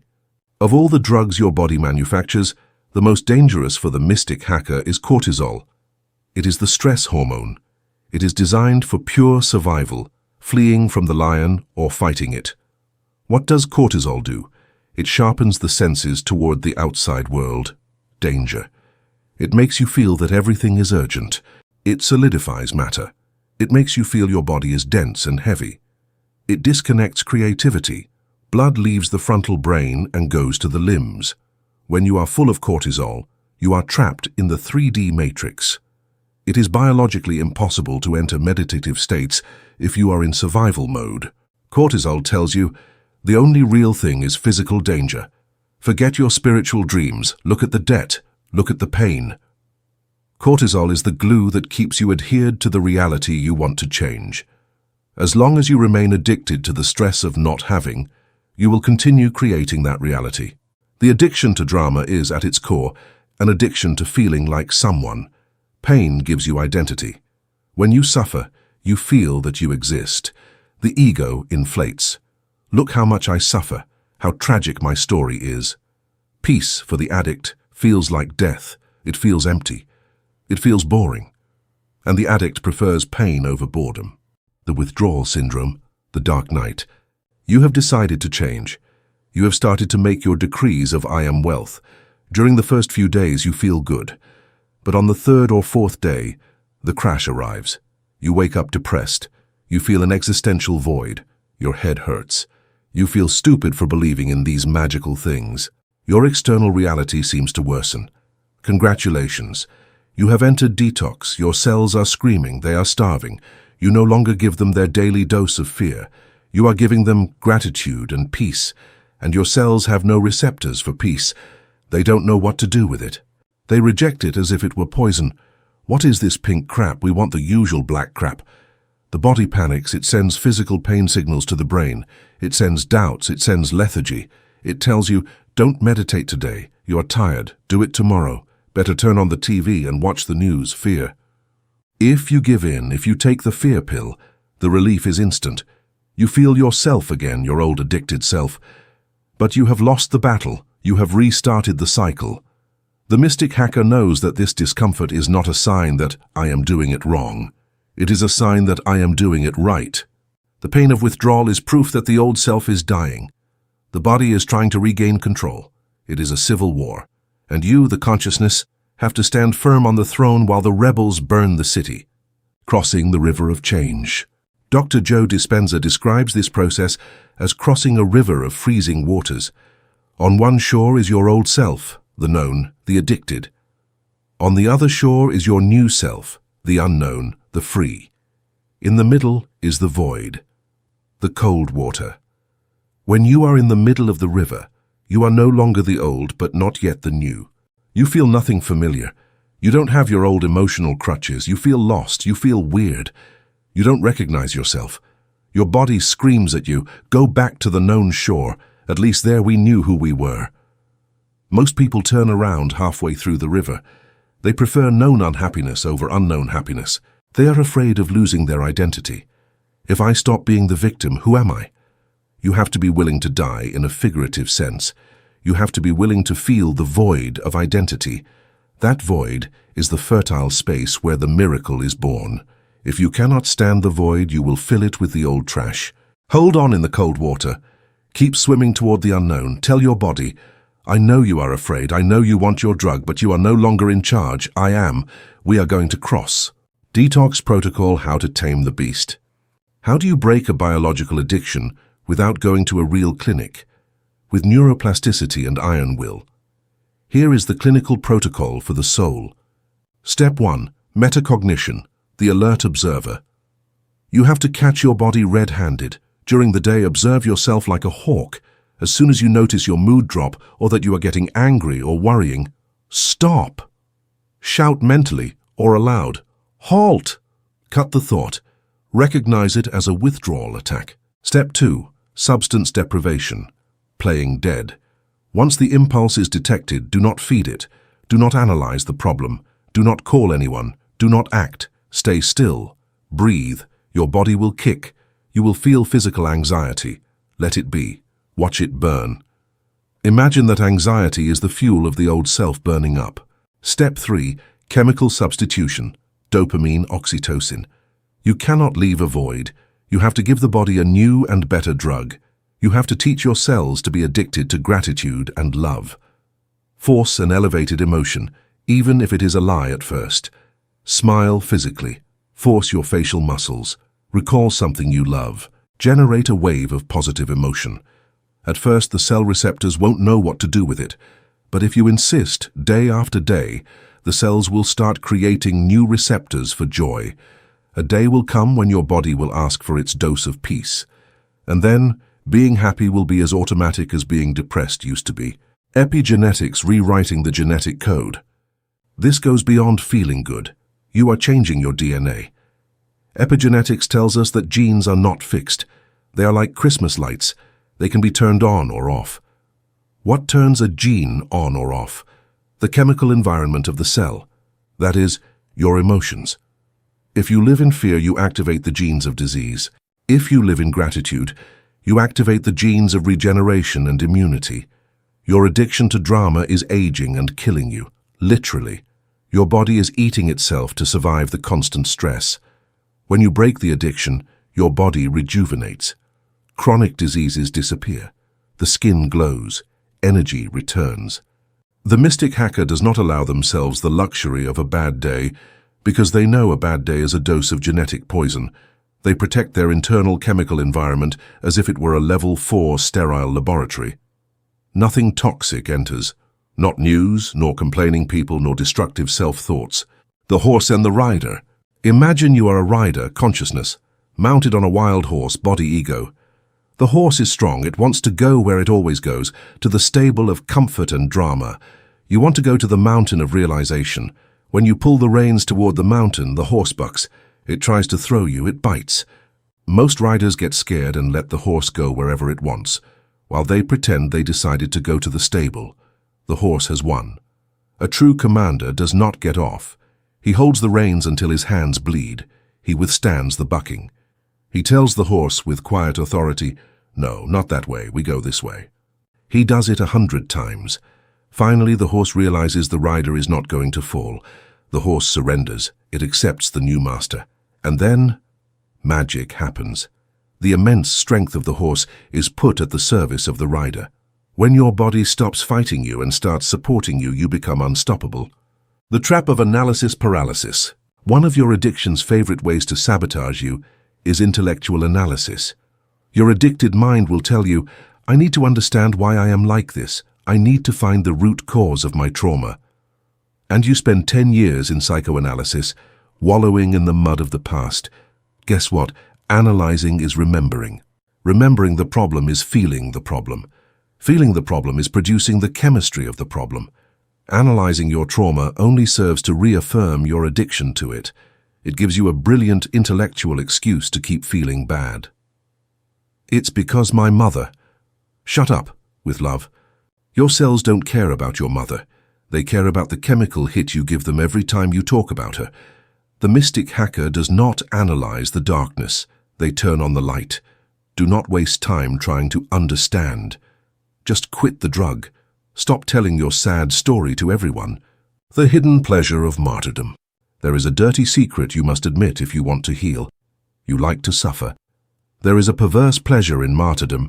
It makes you feel noble. Look how much I sacrifice. That feeling of moral superiority through suffering is the most addictive drug of the spiritual ego. You have to renounce that pleasure. You have to be willing to be happy and have no one pity you. You have to be willing to have things go well and have people be envious instead of sorry for you. Pity is a form of cheap love. The addict feeds on pity. The king feeds on respect and self-love. Ask yourself, am I willing to stop being the victim? If the answer is yes, you are ready for detox.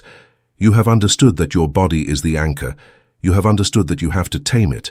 But once you free yourself from the addiction to the current self, where do you go? If you let go of this reality, what other options do you have? Chapter 8, The Infinite Dial. Multiverse Theory. Welcome to the Control Tower, traveler. Until now, we have been working under the assumption that you have one life and that your job is to improve it. We have talked about clearing your emotional addiction, ignoring your senses, and reprogramming your mind to change this reality. But what if I told you that is inefficient? What if I told you that trying to change your current life is as absurd as trying to rewrite the script of a movie while you are watching it in the theater? The script is already printed. The actors already recorded the scenes. The ending is already decided on the film roll. If you don't like the movie you are watching, a tragedy, a poverty drama, a story of loneliness, don't get up to scream at the screen. Do not try to paint over the canvas. Simply change rooms. In the infinite cinema of the universe, there are millions of rooms projecting different movies simultaneously. In room 1, you are broke. In room 2, you are a millionaire. In room 3, you are married to the love of your life. In room 4, you never got sick. All those movies are happening right now. They are all real. They all have a projector turned on. The only difference between room 1 and room 2 is where you are sitting. Welcome to multiverse theory. Today we are going to stop playing builders, which is slow and difficult, and start playing tuners, which is instantaneous and elegant. Today you will discover that you don't have to create your success. You only have to tune into the frequency where your success is already the norm. The physics of the radio, all songs at once. To understand the multiverse without your head exploding, let's use the most perfect analogy there is, the radio. Right now, in the room where you are, there are hundreds of radio waves passing through your body. There is the rock station. There is classical. There is news, bad. There is jazz. There is the neighbor's Wi-Fi. All those frequencies occupy the same space at the same time. They don't fight each other. They don't collide. They simply pass through each other. However, your radio set only plays one song. Why? Because you have the dial, tuner, set to a specific frequency, say 98.5 FM, crisis news. If you listen to crisis news and get anxious, what do? The sleeping seeker tries to call the radio station to convince the announcer to change the script. Hey, play happy music. I don't like your news. The announcer, 3D reality, ignores you. He keeps reading the crisis script. You get frustrated. You say, the radio is broken, the world is horrible. The mystic hacker does not call the station. The mystic hacker simply turns a small plastic wheel on his device. He moves the dial from 98.5 to 102.4 FM, jazz. Instantaneously, without effort, without struggle, and without waiting time, the news disappears. The saxophone begins to play. Has the news ceased to exist? No. It's still there on 98.5 for whoever wants to hear it. But it has ceased to exist for you. You have changed universes. Your consciousness is the radio. Your feelings are the dial. Parallel realities are the stations. You only experience the one you resonate with. Everett's interpretation, you are infinite. In 1957, physicist Hugh Everett III proposed the many worlds interpretation of quantum mechanics. Basically, it says that every time a quantum event with several possible outcomes occurs, all outcomes happen. The universe does not choose one. The universe splits. If you have to choose between coffee or tea, in one universe you drink coffee, in another you drink tea. Both universes split and follow divergent paths, creating completely different life stories. Perhaps in the tea universe, you leave 5 minutes late and meet your future wife. In the coffee one, you leave on time and never meet her. This means there are infinite versions of you. There is a version of you that made all the right decisions. There is a version that bought Bitcoin in 2010. There is a version that had the courage to say, I love you. That version is not a fantasy. It is a physical being of flesh and blood living on a parallel Earth. If that version already exists, why do you strive so hard to become it? You cannot become what you already are. The goal is not personal development, improving the old self. The goal is quantum displacement, jumping into the body of the new self. Don't fix the poor me, let him be, he chose that experience. You, the consciousness, the observer, simply withdraw your attention from that avatar and place it on the avatar of the rich me. The space of variations, the archive of eternity. Vadim Zeland, the Russian physicist father of transurfing, calls this multiverse the space of variations. Imagine an infinite library containing all the scripts of all possible movies. The past, present, and future of all people are archived there. It is a field of static information. Nothing moves there, it is just data. Your soul travels through that space like a flashlight in the dark. What you illuminate becomes your real life. It materializes. What you leave in the dark stays as potential, fantasy. Lifelines are the paths you travel in that library. You can spend your whole life on the struggle line. Or you can, at any moment, jump to the luck line, where the script says everything goes well for you. What determines which line you are on? Your mental broadcast frequency. Your thoughts and emotions are radio waves. If you broadcast on fear of illness, you illuminate the medical diagnosis script. If you broadcast on gratitude for health, your flashlight illuminates the miraculous healing sector. The space of variations is neutral. It does not judge you. It doesn't want to punish or reward you. It is a giant mirror of options. It simply returns the script that matches your vibration. Change the dial. The quantum leap. How to change lanes. How is this done in practice? How do you jump from one lifeline to another? It is not a physical process, it is a process of identity synchronization. To jump to the reality where you are rich, you have to start thinking, feeling, and acting like the version of you that already is rich. This sounds like faking, but it is physics. Imagine two trains running parallel at different speeds. You are on the slow train, poverty. You want to move to the fast train, wealth. You cannot jump if you vibrate slowly. You would crash. You have to accelerate your internal vibration until it matches the speed. When the speeds match, the jump is smooth, almost imperceptible. You simply take a step and you are on the other train. This is called assumption or tuning. You have to wear the costume of the character you want to be. If your rich self is generous and secure, you cannot jump being stingy and anxious. They are incompatible frequencies. The radio won't tune in. The quantum leap requires you to die to your current identity. You cannot take your old luggage, complaints, victim stories, to the new universe. At the Multiverse customs check, they check your bags. I'm sorry, sir, no too expensive thoughts allowed. The illusion of continuity, the Mandela effect. How do you know if you have jumped? Sometimes the jump is drastic. Your life changes in 24 hours. You win the lottery.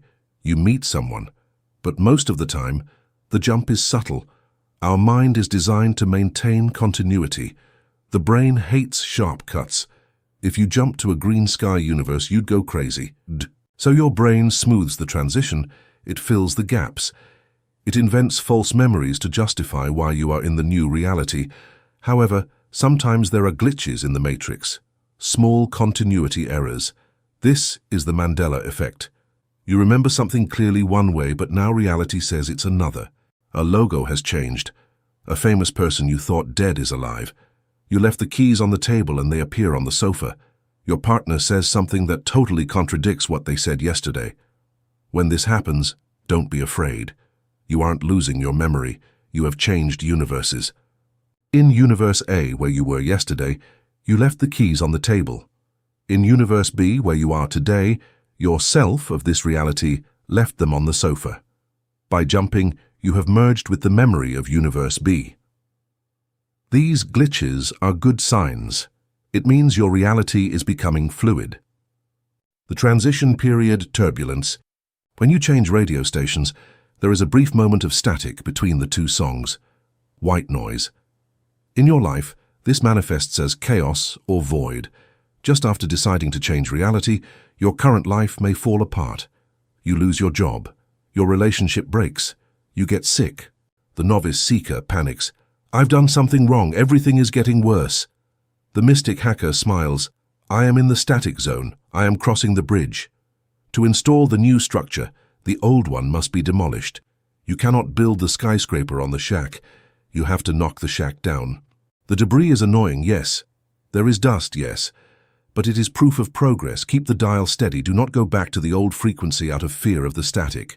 If you stay in the frequency of your desire, despite the apparent chaos, the chaos reorders quickly into the new structure. The nostalgia trap anchors to the dead universe. What prevents you most from jumping? Your attachments to the old universe, nostalgia, regret, guilt. Every time you say, I wish I hadn't done that in 1999, you are throwing a giant anchor toward a dead timeline. You are wasting your vital energy on reviving a script that no longer exists. For the traveler of the multiverse, the past is irrelevant.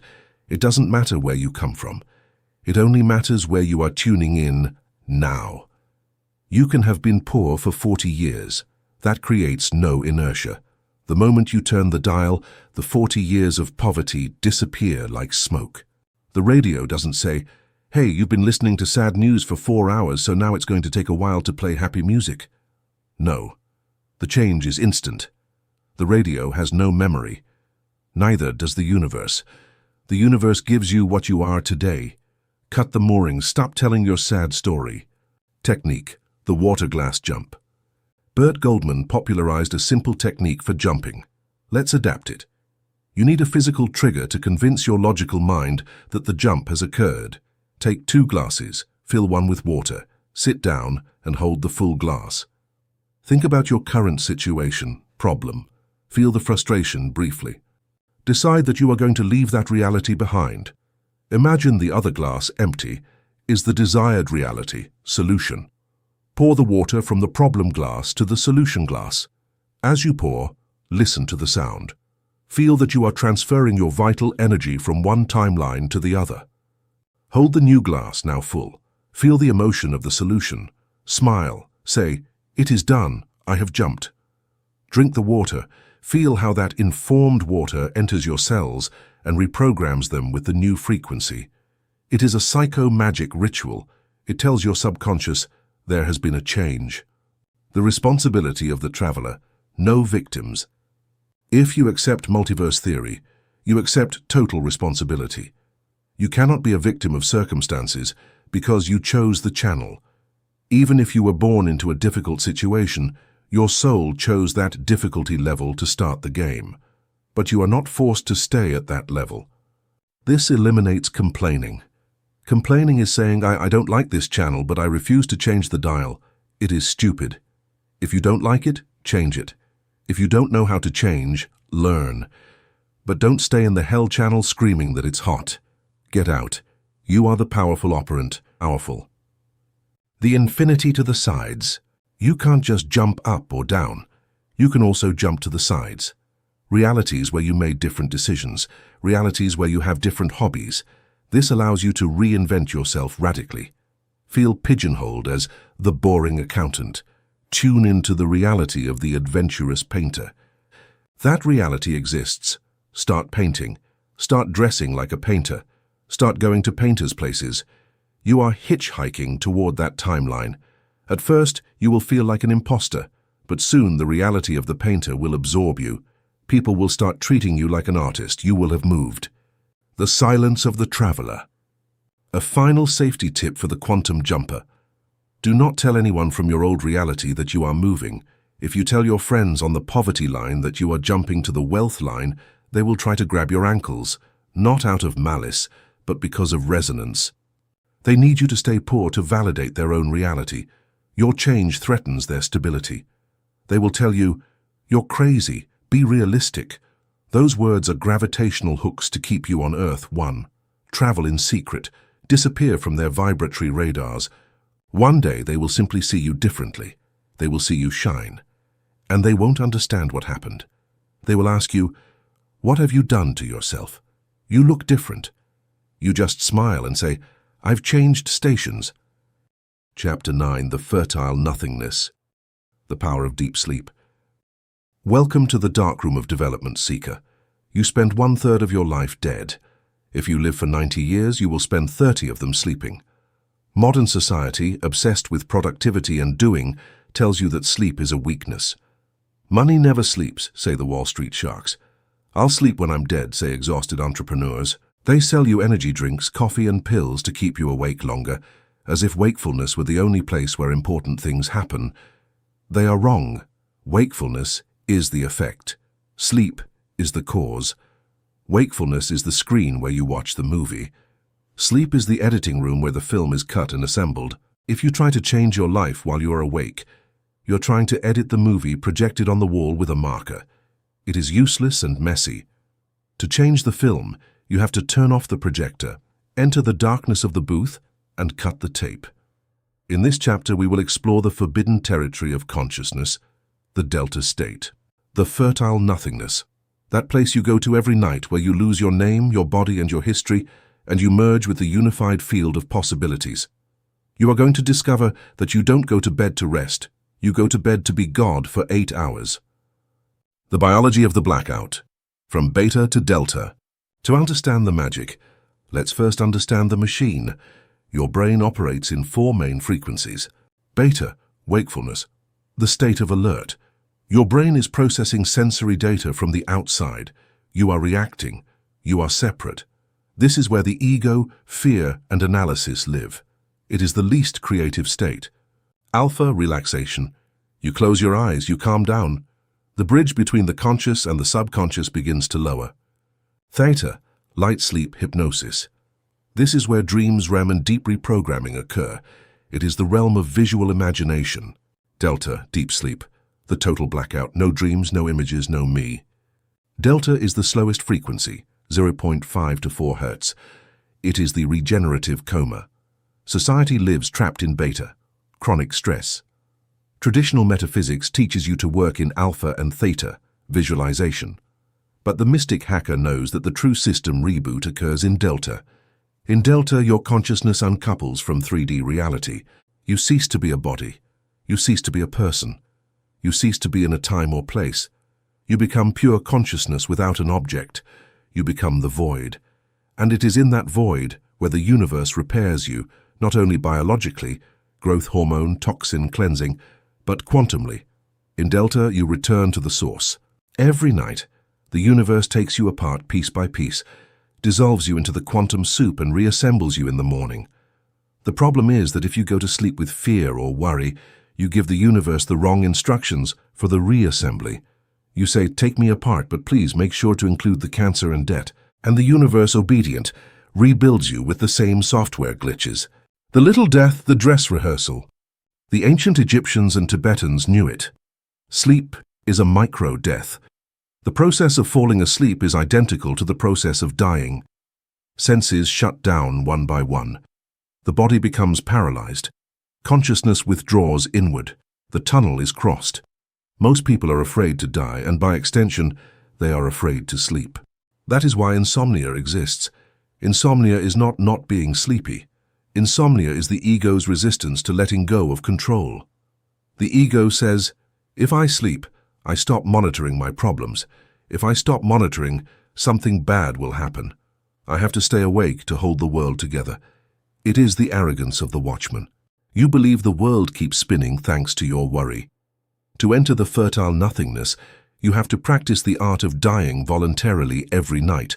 You have to renounce everything. You have to say, I release my body. I release my name. I release my bank account. I accept disappearing. That surrender is the greatest act of faith. You trust that something larger than you will hold you in the darkness and return your life in the morning. If you cannot trust the sleep process, you will never be able to trust the manifestation process. Learn to die with elegance every night. The hypnagogic state, the entry portal. Just before falling into the abyss of delta, you pass through a magical border state, the hypnagogic state, or state akin to sleep, ersatz. It is that moment when you are floating. You are not awake, but not asleep either. Your body is catatonic, but your mind still has a thread of consciousness. The gatekeeper of logic, the critical factor, has gone for a coffee. The door to the subconscious is wide open. This is the most dangerous and powerful moment of your day.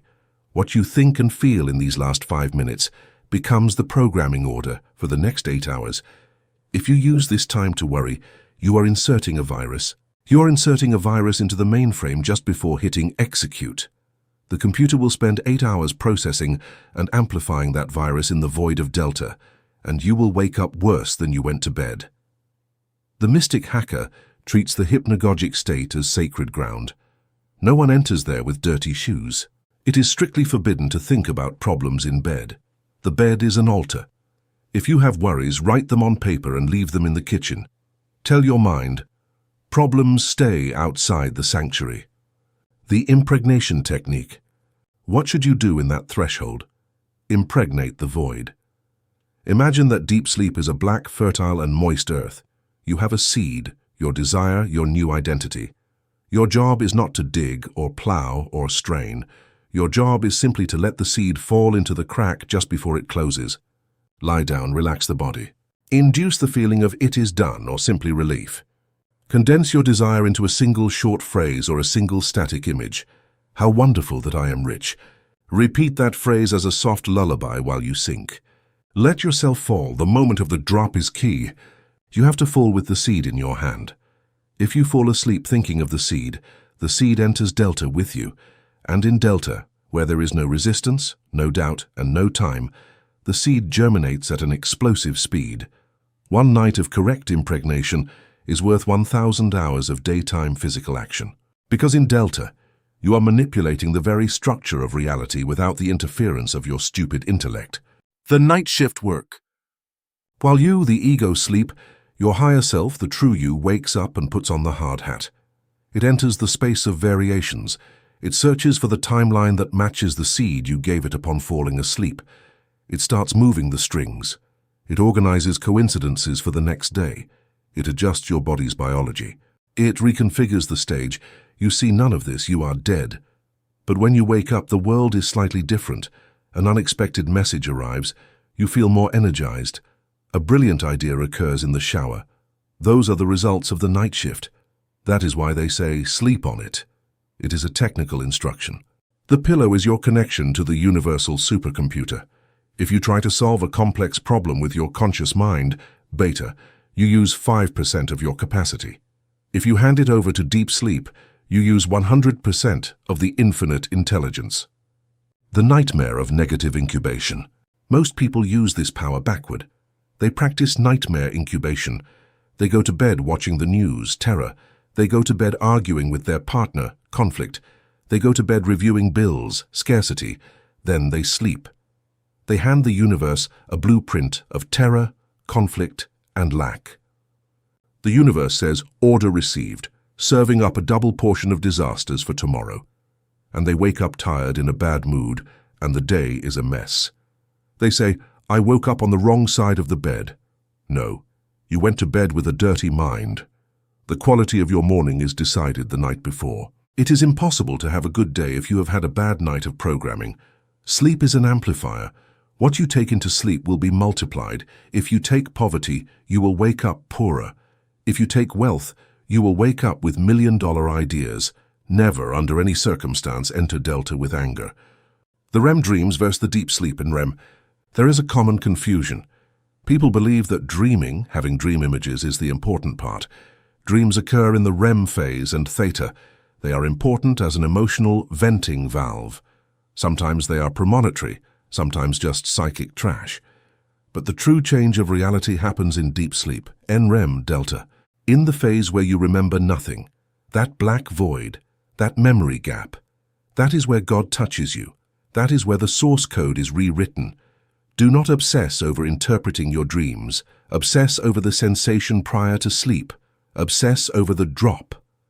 If you fall into the void with the feeling of being loved, it doesn't matter if you then dream of monsters. That is just the brain-cleaning trash. What matters is that at the deep level, you have been sealed with love. The awakening, the daily rebirth. If sleeping is dying, waking up is being born. Every morning you have a unique biological and quantum opportunity. During the first seconds of opening your eyes, your brain is still in theta, alpha waves. It has not yet fully loaded the Ego 2.0 operating system. You don't yet fully remember who you are or your debts. You are an almost clean slate. But what does 99% of the population do?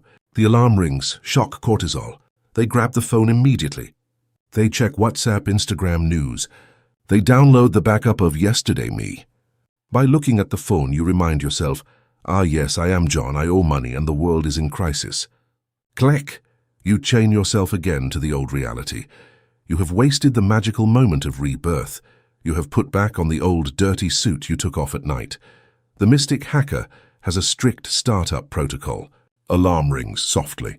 Does not touch the phone. Stay still in bed, eyes closed. He takes advantage of those seconds of amnesia to decide who he wants to be today. Today I am power. Today I am clarity. Only when he has anchored the new identity does he get up and turn on the world. If you control the last 5 minutes of the night and the first 5 of the morning, you control the whole universe. The living death technique. For the bravest, here is an advanced practice. Once a week, practice sleeping in a position different from your usual one. The goal is not comfort. The goal is to maintain a thread of consciousness while the body falls asleep. This is called yoga nidra, or conscious lucid dreaming. Your body falls asleep, but your mind stays awake, observing the darkness. You reach the state of mind awake, body asleep. In this state, you are literally in the control room of the matrix. You can visualize a scene and see it materialize with the sharpness of 4K physical reality. This is the master's shortcut. Respect for the night silence. The night is not just the absence of light. The night is a spiritual substance. The psychic atmosphere of the planet changes at night. The mental static of millions of people shuts down. There is less noise on the collective Wi-Fi. That is why mystics, hackers, and creatives love the early morning, 3 or 4 a.m. It is the God hour. The veil is thinner. If you wake up spontaneously at 4 a.m., do not be angry. It is a call. The universe is telling you. The line is clear. Ask now. Stay still in the dark. Feel the silence. Launch your intention in that pure silence. It is the moment of greatest spiritual bandwidth. Use it. Sleeping is trusting. Ultimately, your ability to sleep deeply is a barometer of your faith. The anxious person doesn't sleep because they don't trust the universe to manage the world without their supervision. He who has faith sleeps like a baby in the middle of the storm. He knows he is not alone. He knows the night shift handles it all. Sleeping well is a revolutionary act. It is saying, I already did my part. Now it is your turn, Father Universe. I withdraw, I shut down, I trust. That trust relaxes quantum resistance, and when resistance falls, miracles enter. So tonight, do not just go to bed, go to your grave. Die happily to your problems. Give yourself to the fertile nothingness, and let the darkness gestate the light of your new day. You have already learned to see through matter, to travel in circular time, and to program reality in sleep. You have the hacker's tools, but how do you live now in the real world? Chapter 10. Dreaming with your eyes open, Lucidity. Welcome to Level 10, player. Look around you. Look at the walls of your room, look at the sky, look at your hands. It seems real, doesn't it? It seems serious, it seems dense, it seems mandatory. People run so as not to be late. Politicians argue on television. Banks send letters with red ink. Everyone acts with deadly gravity, as if life were a matter of life or death, pardon the redundancy. But you already know the secret. You have read the source codes in the previous chapters. You know that matter is emptiness. You know that time is a loop. You know that others are mirrors. Therefore, we reach the inevitable conclusion. This is a dream. The only difference between what you do at night and what you do now is density and persistence. The night dream is fluid and fast. The daydream, wakefulness, is dense and slow. But both are projections of consciousness. Most humans are asleep dreamers. They are trapped in the nightmare. They believe the monster is real, so they run, sweat, and suffer. They don't know they can snap their fingers and turn the monster into a cat. You are about to become a lucid dreamer. You will learn to walk through this physical world knowing it is a simulation. You are going to stop working at life and start playing life. Welcome to the great cosmic video game, the definition of lucidity, the mental click. Have you ever had a real lucid dream? You are in a nightmare, something is chasing you, you're afraid, and suddenly something clicks in your brain. You notice an incongruity, a clock going backward, or that you can fly, and you say, wait, this is a dream. In that precise instant, the fear disappears. The monster is still there, but it no longer scares you. You laugh at it, you say, you are not real, you are my creation. Now I want to fly. And you fly away. Wakeful lucidity is exactly the same, but with your eyes open. It is walking down the street, stressed by a debt, and suddenly making the click. Wait, this is the Matrix. This is a holographic projection of my past fears. It is not solid. I am the dreamer. In that moment, the anxiety evaporates. The debt, the monster, is still there visually, but its emotional weight disappears. and by losing the weight, you regain control of the script. The goal of this chapter is not for you to escape reality, that is psychosis. The goal is for you to be in the world, but not of the world. To play the game with the intensity of a child, but with the detachment of a god. The avatar versus the player. Tactical dissociation. To play well, you have to understand who you are. You are not your name. You are not the body you see in the mirror. You are not your profession, or your history, or your traumas. Those things are your avatar. It is the character you chose at the beginning of the game. You are the player holding the controller. You are the consciousness sitting on the sofa of eternity, the fifth dimension. The problem is that you have gotten so deep into the game that you have forgotten you have the controller in your hand. You feel every blow the avatar receives as if it were given to you. If the avatar loses gold coins, money, you cry. If the avatar is rejected by another avatar, you get depressed. Wake up. The player cannot be harmed. The player is immortal and invulnerable. Tactical dissociation consists of starting to speak about yourself in the third person, mentally. Instead of saying, I am broke, say, it seems the avatar your name is going through a resource scarcity level. Interesting challenge. Let's see how we get him out of there. Notice the difference? You go from victim to strategist. You go from suffering to solving. A good player doesn't cry when the level is hard. They lean forward and enjoy the challenge. Treat your life as an RPG, role-playing game. Level up your character, improve their stats, get better equipment, but never forget it is just a character. Importance, the glitch that crashes the game. In the world of lucid dreams and in transurfing, Vadim Zealand, there is a golden rule. If you give too much importance to something, you wake up, lose lucidity, or the dream turns into a nightmare. Importance is rigidity. It is the, I have to get this or I'll die. It is excessive attachment. When you desire something too strongly, you generate tension in the fabric of the dream. The universe's balance system detects that tension and slaps you to make you relax. It takes away what you desire. To manifest in the lucid dream, you have to desire without needing. You have to have an attitude of, it would be fun to have that, not I need that to live, and imagine you're playing a video game. If you play relaxed, you flow. You make incredible combos. You laugh. If you play tense, afraid of losing, your hands sweat. You make silly mistakes and you are killed immediately. Life is the same. Money flees from tense people. Love flees from desperate people. Lucidity allows you to lower importance. You look at your serious problem and say, bah, it's just a glitch in the game. It's not serious. It will be fixed. That lightness is what allows you to fly. The mirror delay, the high ping. There is a technical difference between night dreaming and wakeful dreaming that frustrates beginners. In the night dream, you think of an elephant and pop, the elephant appears instantly. In the wakeful dream, 3D, you think of an elephant and nothing happens. It takes weeks or months to manifest. Why? Because 3D matter is dense. It has inertia. It is like playing online with a lot of lag, high ping. You send the command, decree, visualization. I want €1,000,000. The server, the matrix, receives the order. It begins to process it. It begins to move the pieces. But the screen, your reality, takes time to update. During that delay, the gestation time, chapter 7, you look at the screen and say, it didn't work, I don't see the million, and you cancel the order. The lucid player knows the lag.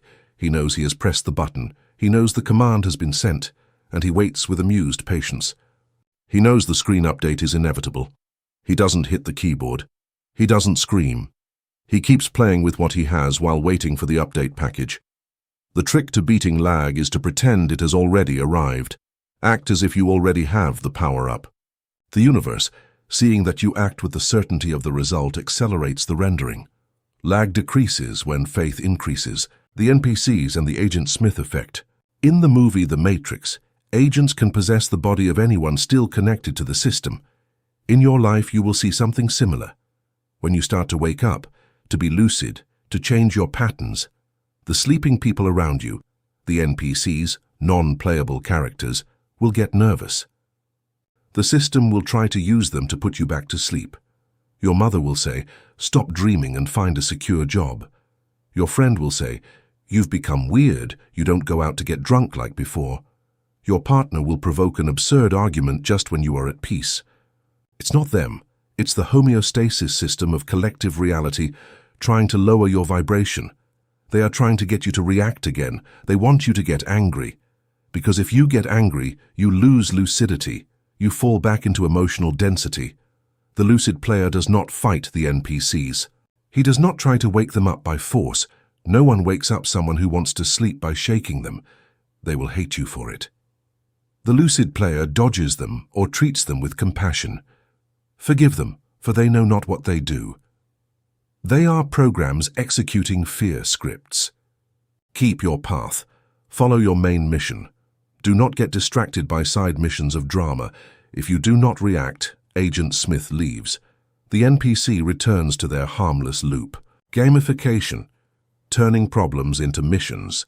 One of the most powerful tools of lucidity is gamification. Reframe your life using video game language. This creates a healthy psychological distance between you and the pain. The alarm clock. It's not torture, it's the game started notification. Work.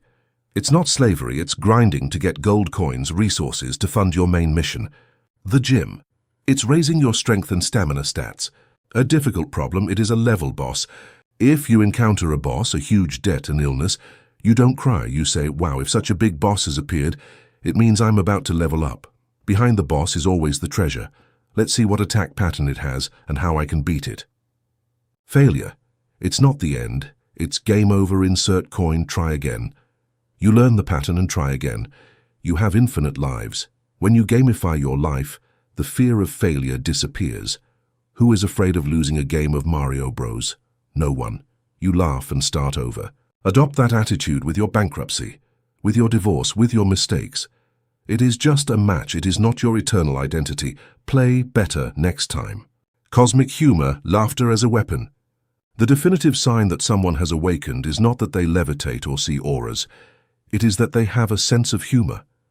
The enlightened one laughs, a lot. They laugh at the absurdity of existence. They laugh at their own dramas. They laugh at the seriousness of the ego. Laughter is the highest vibration after love. Laughter breaks rigidity. Chapter 2. You cannot be afraid and laugh at the same time. You cannot be angry and laugh at the same time. Laughter takes you out of the reptilian brain and connects you with the spirit. When something bad happens to you, try to find the joke. Look how funny the universe gave me a flat tire just as I was going to the interview. What a sense of irony the scriptwriter has. Surely they are saving me from a horrible boss. Ha ha ha ha. That laughter confuses the devil. It deactivates the negative charge. It keeps you lucid. If you take life too seriously, you are dead. No one gets out of here alive anyway, so you might as well laugh during the journey. Flow Wu Wei, navigating the dream stream. In Taoism, there is the concept of Wu Wei, effortless action. It is the state of master lucid dreamers. In a dream, you don't have to strain to fly. You only have to allow yourself to fly. In 3D life, the equivalent is flow. The lucid player does not force closed doors. If a door is closed, they don't bang on it for 10 years.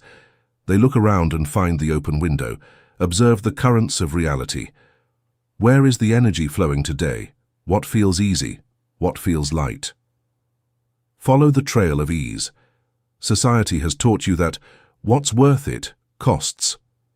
The dream teaches you that what is for you flows.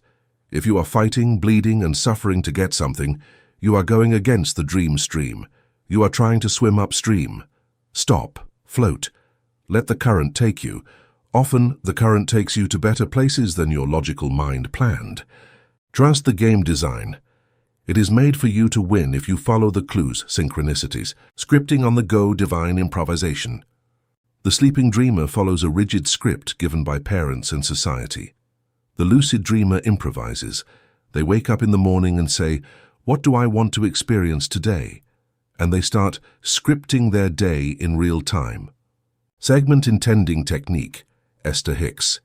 Before entering a new scene, before entering a meeting, before driving, before dinner, stop for 10 seconds. Visualize how you want it to turn out. I want this meeting to be short and productive. I want the traffic to be fluid. You launch the intention, and you enter. You are pre-paving the dream. You are sending the code before the avatar. You will be surprised to see how reality folds before these small intentions. People will say what you wanted them to say. It is like having cheats activated in the video game. The triggers wake-up alarms. What do you do when the dream catches you? Because it will. You will have a bad day, someone will insult you, you will get a fine, you will feel anger rising, you will feel fear. You will start to fall asleep. You will start to believe the problem is real and solid. You need a lucidity totem, like in the movie Inception. A physical object or a mental signal that reminds you to wake up. It can be a ring you always wear. It can be looking at your own hands, classic Castaneda technique. Get used to looking at your hands several times a day and asking, "Am I dreaming?" At first it will seem silly. Of course not, I'm awake. But if you do it 20 times a day, you will create a habit. And when the crisis arrives, your habit will jump, "Am I dreaming?" And the answer will be, "Yes, this is a transitory nightmare. It's not real. Wake up." That moment of pause is the difference between reacting, karma, and responding, dharma. Breathe. Remember who you are. Remember it is a game. And take the controller back. The beauty of the graphics. Appreciating the rendering. Finally, a lucid dreamer does not just want to manipulate the dream to win things. They want to enjoy the dream. Physical reality is incredibly beautiful. The texture of an orange, the smell of rain, the heat of the sun. It is a graphic rendering of infinite resolution. It is a work of art. Don't go through life running, seeking only the next level, the next prize, the next million. Stop to look at the graphics. Smell the flowers, literally. Savor the food. Feel gratitude for the quality of the simulation. Wow, how real this looks. How well made it is. This aesthetic appreciation raises your vibration instantly. It connects you with the game creator. It makes you love life, not for what it gives you, but for what it is. And when you love the game loves you back. It gives you bonus points. It gives you Easter eggs. Life becomes a magical adventure, full of color and wonder. You stop being a survivor to become an explorer. The end of the level. Commander, Seeker, Player. We have covered the whole map. I have given you the weapons. I have given you the maps. I have given you the codes.